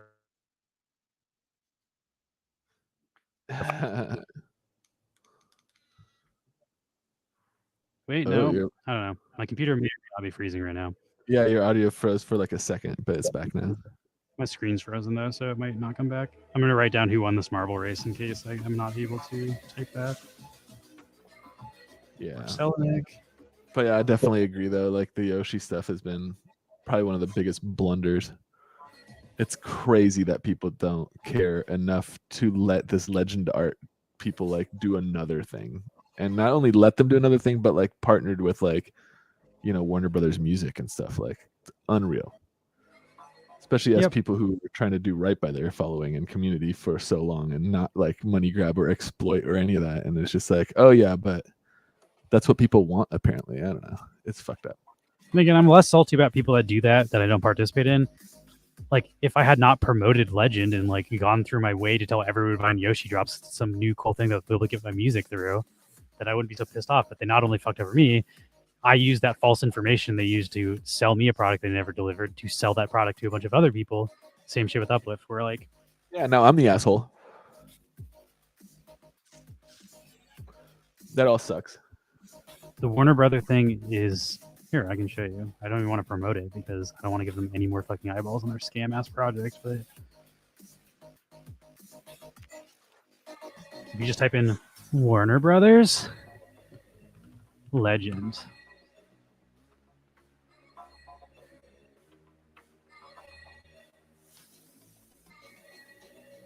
it was on their actual website. I don't know why I can't find it. Polygon. Oh, maybe they're rolling it back. There it Maybe is. Warner Brothers wised up. WarnerMusicGroup.com, WMG.com, pretty official website here. Legend.io partners with Warner Music Group on Polygon. This is from, you know, the fucking major label website. This is not some fake news website. This is directly from the head. Michael Rockwell's M Blue, fucking scam artist, CEO of Legend Music. I think that's Michael Rockwell. Or is he Michael Blue? I don't know. Somebody named Michael is the dude that fucking makes me sign the shitty contract that I had to sign. I thought that was M Blue's real name and he uses a fake name, but it could be somebody else. That's speculation. Don't sue me for defamation, please. I'm just reading what it says here. I am not reading what it said there. That's why I had to say that. That is my opinion. That is not a fact. yeah. Let's see. This is pretty fucking like, I think what it's going to be is just going to be a cash grab. They're going to release a bunch of major label artists that have zero interest in helping the NFT space. They're going to raise a bunch of money and then abandon the projects like Weezer and Deadmau5 did on Wax. And then the whole thing is just going to fall apart. Like, if that's my prediction for Legend Music, they'll make money. Everybody buys their shit will lose money. And it'll just go down with another project they made that fucking Yeah, there might be a flash in the pan moment where you can flip their stuff for like a hot second, but I wouldn't even try it. I wouldn't want to get caught bag holding all that shit. And you just know it's a scam. Plus, if you flip it on someone, you should feel bad for selling somebody that shit. At least That's why I don't would. even want to go it off on stream. Like, I don't even want to attract flippers. Like, I don't want people to even know this is happening, which is why I don't like talking about it. Even though it really, really pisses me off. I only brought it up because you're like, and they're still succeeding. It's like, yeah, they're succeeding at Yeah. higher levels than they were before. They're not even failing like downward. They're failing upward into bigger partnerships. But Yeah. this shit, it's like, if you don't talk about it, it'll go away. I'm pretty sure. Like, So hey, at least we do remember Blue Dak, but at least that one at that point we saw the pattern and we're like, this is. we a told scam. everybody to stay the fuck away from Blue Dak. We told them it was a Ponzi scheme built on broken tokenomics, and it was a scam. Do not buy into it directly. So that was after Yeah. we had bad experiences with Uplift Straight and Yoshi fuck away. Crops. We're like, don't buy into this third project, which is obviously a Ponzi, like based on the way they structure everything. Yeah. That the donations to the school in Haiti. Yep. God damn, dude, you've been around. People are saying they don't think that's a real. Like, I don't people think think that that's ever a charity that's being used to funnel money for M Blue. They don't think that's even a real charity. No, it's a fucking like. There's not a lot of evidence to support. Like, they do have a website and like a number and stuff, but like, there's not a lot of evidence to support they're actually doing anything besides like, sure, you can show us the transaction of you donating, but like, Yeah. where did that money go to. Like we don't. I Actually remember know. there was also a thing about like, oh, we couldn't send the money because COVID. It's just like it's digital, baby. Like, what are you talking about, COVID? Also, this is all speculation. We don't know if that charity's real. Do not sue us for defamation.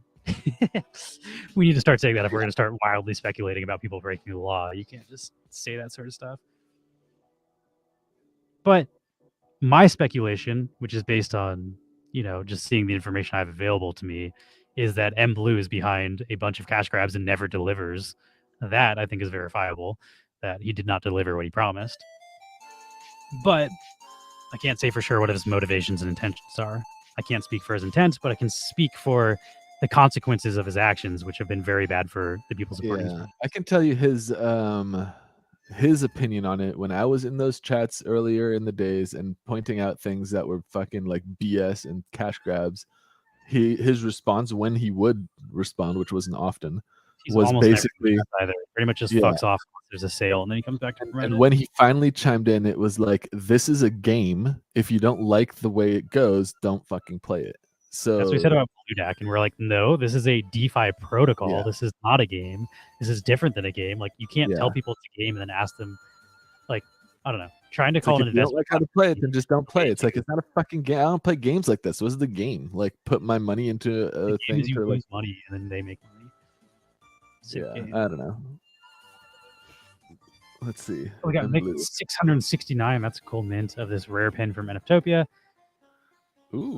This was the first one, but they said you'll be able to blend 3 of these into an epic pin, which will be usable and have utility at the next NFTopia. And I've kind of volunteered. I haven't formally spoken to Max about it, but I've volunteered us to there and do a stream.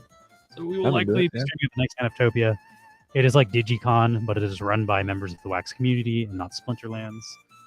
And yeah, it's cool. It's just a bunch of people getting together in the Wax space. It's in like literally the same engine they did DigiCon. Like DigiCon didn't build that conference thing. That's just anybody can use that. So they're using the same thing, but this can be used in there. And I think the next one is April. It's like April 25th or something. I don't know. But that's the weekend we'll be streaming, and we'll let everybody know what's happening. But if you have these pins, you should be able to use them to get other NFTs within the conference. Wow, dude. Only 40 stickers left. 60 of them got claimed. Thank you guys. That's wow. Yeah, that's so cool. My voice is getting scratchy. I've been talking too much today. Yeah, we also streamed over 4 hours yesterday. We streamed a lot. We ought to break away soon here so we can save some for Burst later. Let's do another marble race and then maybe start wrapping it up. But again, we appreciate everybody who watched, and especially everybody who sat through our fucking hour of technical difficulties. Can't imagine that was fun to watch, but yeah. I'm happy now. That's all that matters. Exactly. I had fun. All that matters is I feel good now, and nobody lost money. It's not like people are paying and then the money was getting lost and they weren't getting stickers. So I had transactions didn't go through. Could have been smoother, but also no one got hurt. I think I had fun feeling people's digital breath on my neck as you were looking over my shoulder while I was trying to troubleshoot stuff. We got there. Now I need to figure out where I can buy a cheap ounce of marijuana in Los Angeles. I mean, cheapest is subjective. Look at this little bud. It's super purple.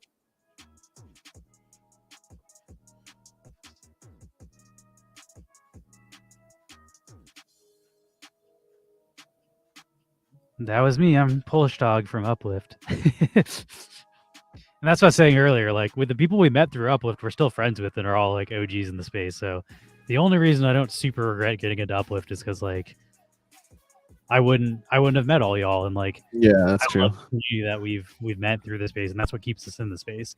It's not the Wax team. They're certainly not the ones keeping us in the Wax space. It's not all these cash grab projects. It's the real community and the real people and the people building stuff for those people. Yeah, I do agree. The community of people we know on Wax just kicks the shit out of every other community that I'm part of. And I've been in crypto for a decade now, which is kind of sad to think that the last 2 years is really my Wax journey. And I don't know, in those 2 years, I feel like I've definitely made a bigger connection to the community here than I have in the like previous 10 years in other communities. But I mean, in other communities, we're all talking like technical, like, finance shit more than we are shooting the shit and hanging out like friends. I think he was asking, will they let you put a tip jar in Shopify? I am not sure. The first time I ever Oh, logged no. into Shopify today, we can look into that. I would say, like, if you really just want to send us money, you can just PayPal us. Like, like there's no Yeah. link to it, but if you send money to neonspacenft@gmail.com through PayPal, that money will make it to us. But we'll see if Yeah. there's a more formal way Or- you can set that up for people. Yeah, just add some. I remember we had Dr. Crispy on. This is when we were peak Our Planet. We had ordered sushi takeout and it arrived right. We started the stream and we're like, we're just gonna eat Yeah. sushi. Tell us about your project. There's like a very strange dynamic. I remember that. I love Crispy. Like he's such a I did such too. a jolly guy, and also like you can tell he really loves the space. Yeah, for real. He also has really high quality like cameras and streaming stuff. Like I was blown away by like the quality of his stream when he came on. I was like, oh, like you actually know what you're doing. We get a lot of people that like have echo issues and are not using real microphones and stuff. So like Crispy definitely like showed up to play ball. And also the Glummy Bear community has been great to us as far as like a lot of our most active members came directly from Nerds Unite. We also left Soli and Sune, and pretty much everybody we met through that community has been like, that's also one of the reasons. Like I was talking to Pop and Stock the other night. I was like, part of the reason, in addition, like obviously we can make money selling physical readables. It's another revenue source for our brand, Neon Space, not just digital collectibles, but also like I want an excuse to go to these conventions and meet people and talk to them. Like all the people we've met in this space that we want to hang out with are the people who go to like Comic-Con and stuff. So like for me, Yeah, it's, like, I want to eat Yamster's food. socially as well as also like hopefully a way to like grow our brand as Neon Space, because obviously we'd like Neon Space to be more successful, but also like the people we've met through that space are some of the favorite people I've met in this space. So like to meet more of them seems like a good idea, and to bring more of those people into the NFT space, like that's where you want to go find people that are like actually interested in artwork and collecting stuff and not just interested in like ROI Ponzi's. That's not why people are going to Comic-Con. So like it introduces you to an audience of collectors that are not interested in the stuff that ruins wax, basically. So that's another reason why we're very interested, is like the type of people you meet through there just seem to have like different motivations than the people you meet through the wax space, which I'm also an ROI flipper dude. That's how I got into wax. Like I made money flipping NFTs from Our Planet when I got into it. And like no hate against those people, but just as a brand, flippers are not what you're trying to attract to a collectible brand. You want people to hold and collect your stuff so it maintains value for the other collectors. So like, our target audience is not the ROI flipper crowd, it is the collector crowd, and that's who lives at conventions, is the collector crowd. Although Wait, there's why? also people at conventions. Why do we have to meet Yamster in the first couple of days of a convention? Does he get like, is he like a Mr. Jekyll, like, or does he have like a Jekyll and Hyde kind of deal going on? By day 3, he hasn't slept for 2 days or showered. He's just like By day 3, you don't want to meet him anymore. by day 3, he smells real funky. He's been collecting. Is that what's happening, Autumn Toys, or why? I also hope you know at this point that I'm joking, Yamster. We love you, but Oh no, you're fucking no. You were spot on. He says he's sleeping on the lawn, hasn't showered. okay, I Okay. nailed it. I Hey, have also damn. been to PAX, and I can tell you day 1 smells better than day 3. Yeah. Bunch of sweaty gamers by day 3. PAX smells funky. On day 3, I go as like I do my cosplay on day 3, and I'll go as like somebody who has a face mask, and that's just it's for practical use, not for cosplaying. I also really like Penny Arcade Expo. Like, I've always liked the convention. It's just I've never been into the collector space. I was always into gaming. So like Comic-Con never appealed to me because I wasn't into collectibles. I was like, oh, like I'd rather go to like a video gaming convention like E3 or something. Is like that's more my speed until we got into this space, and now I am more interested in the collectible space. So I would like to go like check out what it has to offer, and then go to the social meetups and stuff too, because I know like Valor and Vellum, for the one we missed when she was down in I think it was San Diego, like she did like a meetup at a bar afterwards, and all the Sune community got together and got to meet up, and like that's definitely something I'm interested in. That's super cool. That's also something we're interested in doing for Neon Space. Like we were Fuck yeah, dude. kind of soft pitching it last year of doing like a Neon Space get together in Los Angeles, where we rent out a room and like do a big cookout, like cook a bunch of food and like there'd be an entry price, but your entry price would basically just be the cost of the food. We would pay for the food with the tickets, and then you'd get a free meal, and we could all hang out and show off our NFTs and meet. Could DJ some music. We could take turns like adding songs to playlists, and just have fun. So that's something I'm definitely interested for us. We just the logistics haven't really worked out yet. I also have been having severe stomach issues for the past year, so that's been a big deterrent for doing things. But hopefully that is not an issue. I still need to go to the doctor again. Separate issue, but yeah. That would be fun though to meet some people from the community, or even just to go to like the Comic-Con and meet some like of the other creators in their communities. I'd like to meet some people again. See what their day 3 funk is like. Maybe bring my own day 3 funk to the table. Who knows?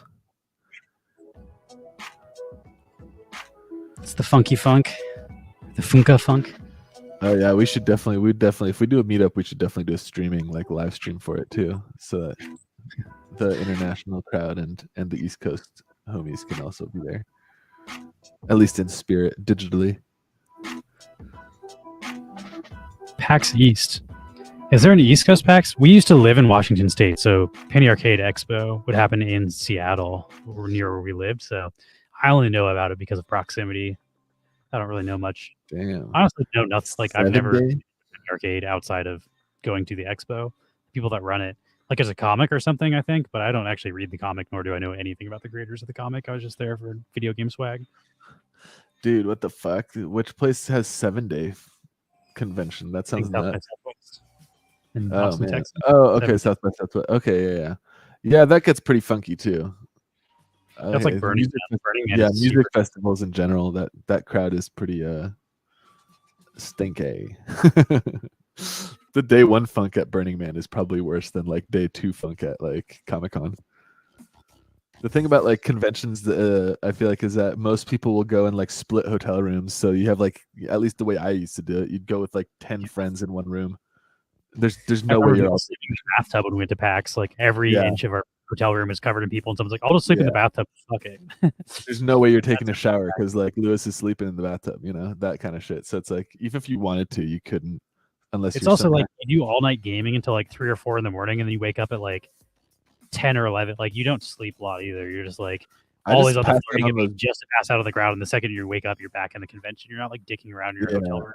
I remember the last time we were there when it was still in the Burbank Convention Center, like the Maidenbauer Center, I think it was. Like before it was big enough to be like in Seattle. It didn't close at night. I never went to it when it was in Bellevue. Like you and Mark have history stories of that, but I wasn't hip to it until back when it was in Bellevue. It was a 24, like it was open all night long. Like in Seattle, they close it at like 4 a.m. or something. But back then it was like you could, like, there wasn't any more like panels or anything like expos or anything like that happening after a certain hour. But like the free play shit was open. The floor was open. You could just walk around, and there was all these like beanbag chairs and like hangout corners. So the first like few times I went to PAX, I just like played video games in the free play lounge till like 4 a.m. and then just passed out in a beanbag chair in the corner. Like it was pretty dope. PAX LAN room. It was pretty dope. Yeah, the LAN room was so fun. This is what we used to do. This used to be my favorite part of PAX. You're in this Monster Energy. Ew, Yamster. You gotta go for balls, dude. Balls energy drink. That was my shit. These computers give you like 1 hour login. So you go outside, they give you an hour, you come in. But if you go from like midnight to 4 a.m., you can pretty much just, they don't make you get off the computers. You can play unlimited. So we would just camp out super late night and play in these. And it's, I don't know. If you've never played LAN video games, there's something just so fun about shooting someone in the head and then hearing someone on the other side of the room go, "God damn it!" Like you live can hear people in the same room. Like it's different than online gaming, and it, like also people are a little more respectful. Like people don't trash talk when you're in the same room. Like people are not going to be like, "Screw you," yelling expletives. You can like be like walk over and be like, "What'd you say to me?" Like there's still trash talk. It's just not as racist, trash talk. It's just not as homophobic, racist, and sexist. Yeah, it's just like more in-person trash talk. It's more fun, good sportsmanship. But yeah, that's But that used to be my favorite part of going to PAX was like the after hours weird. Also, just like the people that would hang out after hours are all weirdos, like rolling around in beanbags and stuff. Like at like 3 in the morning in a convention center in Seattle. It's fantastic. They would have a bunch of preloaded games. They'd have like Counter-Strike. Team Fortress was big back when we were doing this, but it was you'd have a Steam account with a bunch of preloaded games, and all the computers had the same games. So you'd just be like, "Hey, does everybody at this row want to play this game?" And then you could like, these 5 people could play against the 5 people on the other side. There's a bunch of different games. Yeah, it was super fucking fun. I played a bunch of games I'd never played before too, and it was just great. I remember I also like. I'm sure now they're doing like Valorant and like whatever the most popular FPSs are. They pre-install on the computers. Yeah, I remember we made a fucking team, like just for shits, because we were at the PAX convention, and part of it was like video gaming tournaments, and there was a game called like Tom Clancy Ghost Recon or something. Whenever that game was like competitively played there, so we made a team and we're like, fuck it, we were there to play Halo 2 competitively, and we did really well, but. Before the Halo 2 stuff started, there was like a Ghost Recon tournament. So we signed up with my Halo 2 team and we're like, oh yeah, we'll figure this out. And round 1, we got matched up against a pro team called the Frag Dolls, which was like a all girls pro gamer team. And we were like playing on the stage because like everyone's playing like in this big room, and then like there's one team, like 2 teams on like the main stage. So the first game of that tournament, we played against pros, and it was a game I'd never played before. And it was like on the main stage thing, and I was like, my controller was inverted, and I was like, what the fuck is going on? And one of the Frag Doll players came over and like helped me uninvert my controls, and then like got back to her seat and kept fucking destroying us. Recon's also not an easy game to just pick up and jump into. No, it was like so hard. They had the spawns down, dude. We were getting spawn killed like the entire time. It was like 50-0. But it was really funny. It was great. Let's give away these Garrison ducks from the Digital Duck Collection. Shout out to Stabby Quack and all of our duck friends. And then we got to wrap this up so we can get some food and stuff in between our next stream, because we're going to stream with Burst in a couple hours. Right. Yeah, I gotta eat something. It's been fun chatting about our PAX history, though. Yeah. I had a lot of fun back in the day going to PAX and stuff. Yeah, for real. Me too. It'll be fun to do that again in the future with like some Neon Space stuff. Go to play in the conventions, join those artist alleys. I feel like that'd be super fun. I had a few friends who were into that too.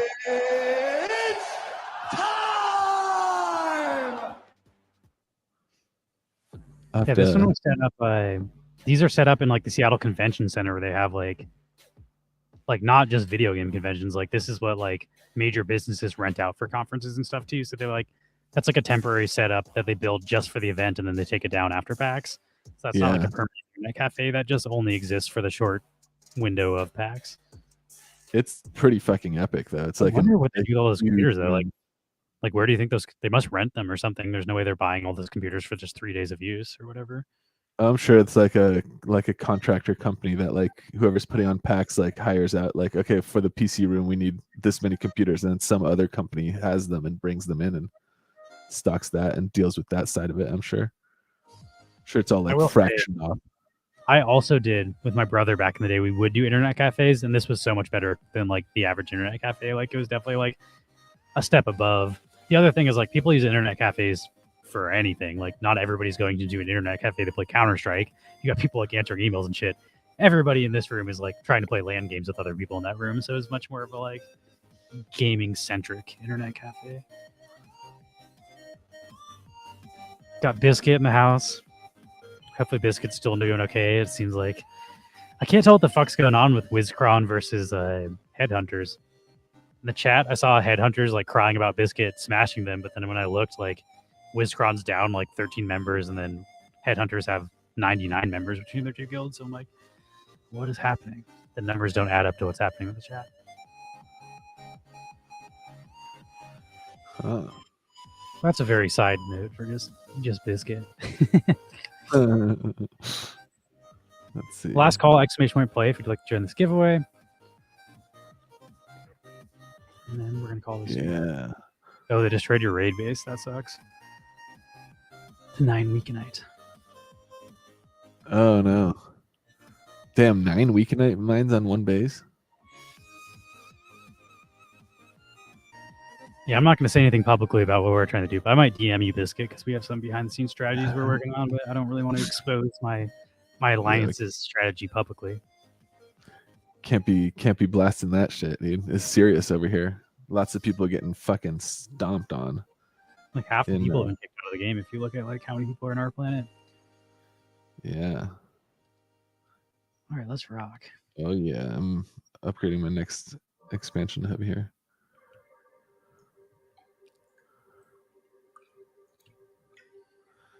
I need I spilled my 7th base yesterday. damn. I'm only on 4. I'm trying to decide Well- if I want to hack my last 3 bases or if I want to build my last 3 bases, 8, 9, and 10. When you hack a base, do you just take ownership of it? Yes, and all the mines. So if you hack a base with level 14 mines, you get level 14 mines at your base. You get all the buildings at the Oh, levels that's they're way at. They level better. units and stuff too. The fuck? That's way better.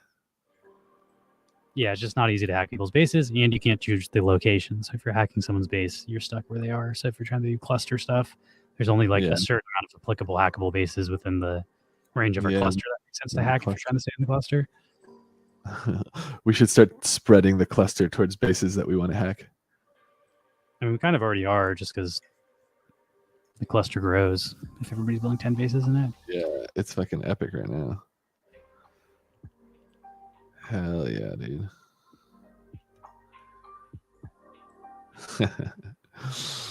Our planet's been a fucking blast this time around. Now that we have like allies and stuff, it's a lot less. I mean, the last time I also had just a shit spawn. I spawned like right next to like the 2nd or 3rd highest ranked player in the game. I just got farmed immediately and never could build anything. And Spawned into getting farmed by one of the top players. yeah, that was so bad. It's also why you kind of have to start on the first day. Like if you wait 3 days to start our planet, you're just putting a massive target on your back to people that started 3 days earlier than you.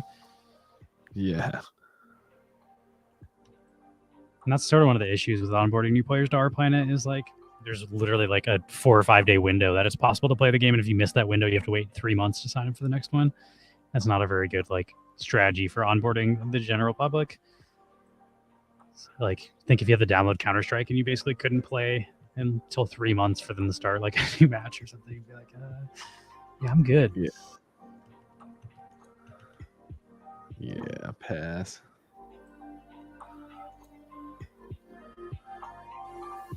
Let's see what we got here.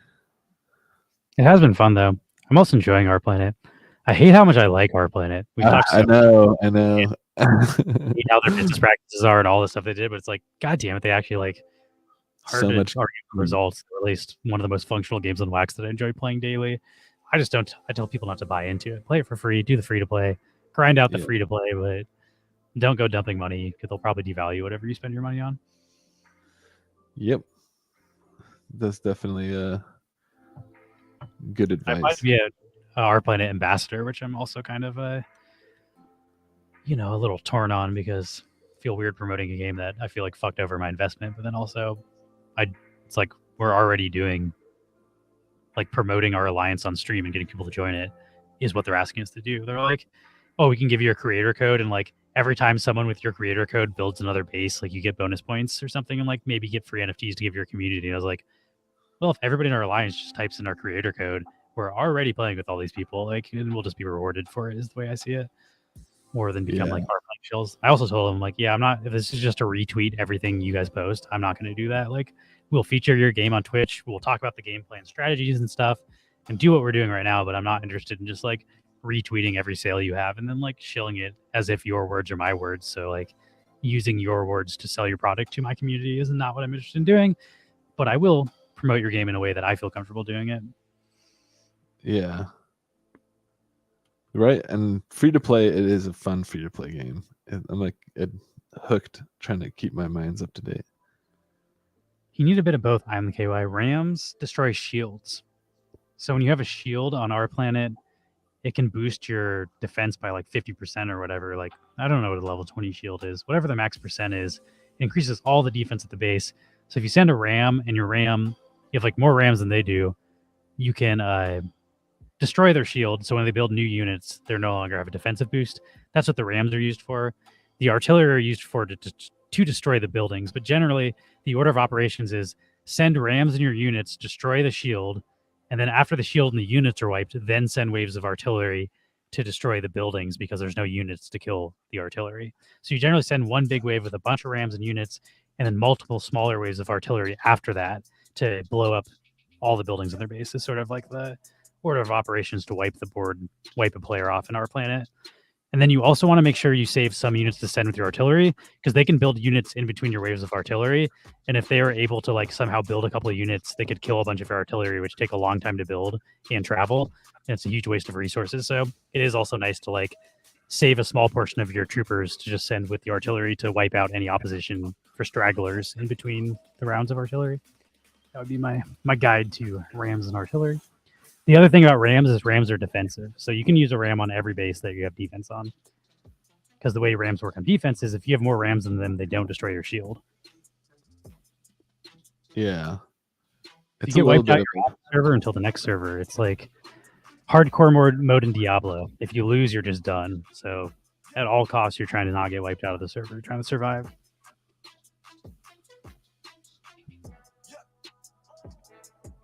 Shout out to B Wicked, winner of this marble race. This is gonna be our last race. I need to stop talking. My throat hurts. Yeah. Save my. Fix that by smoking some weed. Always helps my throat pain. Just kidding. It makes it worse. But I feel like that was a fun stream. Yeah, I enjoyed it. It's also It fun was talking fun. this morning. Right. Yeah, it was. I enjoyed that too. I gotta join the Discord and chat with him about some DeFi stuff too. And hear his takes on what he likes. Oh, what up, Eric? You're back. We were still around. Oh, after so all. he's like, I'll be back in an hour if you guys are still going. I'm like, no, we won't still be going for an hour because we're gonna be streaming later today, and of course we're still streaming. Yeah. Oh, you missed a bunch of drama. We were trying to figure out how to make our sticker sale actually work because fuck that up. But it's working now. Here for that. And people actually like been supporting it too. It's great. We're let's see, we got 40 left. So we sold almost I think 60 of it, right? Or 35 left. Damn, some more got scooped. So yeah, thanks guys. That's awesome. Should we watch Stash play Dead Drop with 5 people watching? Just to flex on him a little bit. I don't even want to give him the numbers. Let's raid into the online end. I like the online end. Yeah, I agree. I am curious if other people are playing Dead Drop right now, though. Dead Drop. So I have access to this, so if this is now public, that means I could play it on stream. Oh. Marcy, you don't need to be barking. She's about to bark, I could tell. She wants to. Okay, now she's chilling. I don't want to click on this and give him a viewer, but I do want to see what Dead Drop looks like. What's Dead Drop? Dead Drop is a... It's a... What the fuck is his name?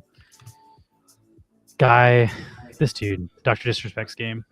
Oh, nice. Yeah, you got like the avatar for this. There's supposed to be something happening right now, though, I think. Like, I think you might be able to play live against other people, and you haven't been able to do that until now. Oh, have you tried the like single player at all or no? Yeah. I have access to this. It's just like target practice, and I'm not interested in target practice. I want to shoot real people. Oh, that's cool, though. Looks like they're increasing the NFT backpack and stuff. They're just to be able to own stuff is. See, this is multiplayer, and this is what I'm looking for. So if I can do this right now, maybe next time we stream, I'll stream Dead Drop. But this is basically early access. But this is a game I'm bullish on. The studio is run primarily by people that worked for Call of Duty Modern Warfare and on the newest Halo Infinite. So the developers for this game all have like 4 or 5 AAA titles under their belt, and it's a legitimate team. And that is not the case for a lot of people building NFT games. Yeah, and Dr. no doubt. has over 1 million followers. and he's going to be promoting the game. He was also a professional level designer for Call of Duty before he was a professional streamer. So he is a game developer before he was in addition to being a gamer. But he was so popular as a streamer that he stopped working as a game developer to stream professionally. But he is very qualified to be doing this. And yes, I did get a founder's pass. It was only $50. It was like I pay $50 for AAA games all the time. So if they produce anything that's decent out of this, that's within my price range. And that is called Midnight Society is the name of the studio, and the game is called Dead Drop. But Midnight Society is supposed to have multiple games throughout the studio, so my VIP Founders Pass thing should give me access to whatever new games they make as well. Have you ever checked the secondary market on those? Is it up? Or I don't know if you can even sell them on OpenSea. I would imagine they're going to sell for under drop price. Like, I don't think there's a lot of I think the hype around the drop is gone. And like every game, like people hype the whitelist, and then before the game comes out, everything collapses. So like, I'd imagine you can get it for cheaper than $50, but I also haven't checked because I bought mine and I'm not selling it. I bought mine to participate in the game because I'm a gamer. All right, let's raid into. I just tried to do a poll. The online bottom is 0.2 ether. Okay, so I guess it is. I guess we can just look this up. Midnight Society. We're never going to end this That's stream. up from what you bought. That's higher than $50. 0.2 ETH, right? That's quite a bit higher. I wouldn't spend. Also, this game is free to play. The founders, this just lets me play in beta. So if you want to play this game, just wait until it's free to play. You don't need to own this.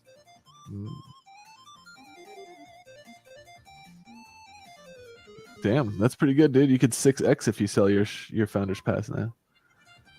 I'm good though. Like, I didn't buy it as an investment. I bought it to participate in this. Also, it's governance. I get to vote for any changes. Like, this is governance, early access, and it's supposed to be for people that want to like grow with the project and have say in how the project grows, which is like, that's exactly what I want. So if I bought two, I'd sell one, but I didn't buy two. I only bought one. Yeah. I can show you my actually. I should have bought me one. I was posting this everywhere in every Wax Discord I'm in, and not a single person joined me with this. I was obsessed with this project when it was dropping. Yeah, I remember when you were. I forgot what I was into at the time, but I was not. I don't know why I didn't just jump $50. I also bought into weird projects that have not turned out to be good during the same time. How the fuck do I even see my, like, how do I log in?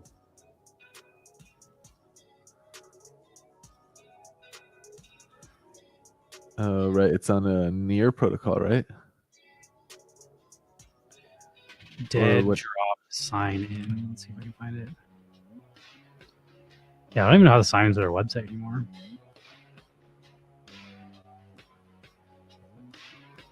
Huh. Whatever. We're not going to figure this out live. It's been so long since I signed in. I do own one. I have the confirmation purchase in an email, so figure out how to log in. But let's raid into online. Nice.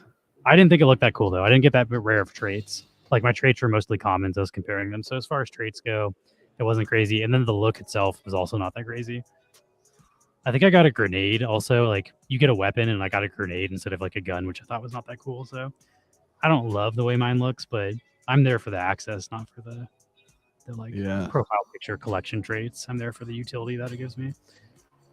For $50, I feel like I'm FOMO, and now I should have bought one. Don't buy it because the price. Like, buy it because you want to be participating in the project. If you didn't have interest in participating at $50, you shouldn't be interested in participating at $250. You know, like, use that logic. Like, don't buy into shit. That's true. I didn't do it at 50. There's no way I'm buying one now. Yeah. And Lewis did, like you were talking about it a lot back. FOMO is real though, man. I think the same thing for Rivals. Like, Rivals will be free to play. If you want to play and you don't want to speculate and gamble, which is what you're doing if you're buying packs right now, just wait. But if you like gambling and you like the speculation, like, there is room for that within some of these collections. All right. We're going to raid in the online in. See y'all later at a Burst of Energy stream at 8 p.m. That is 4 hours from right now. So we'll see you all in a couple hours. Otherwise, have a great weekend. Thanks so much for buying your stickers. Love y'all. Peace. See you. All right.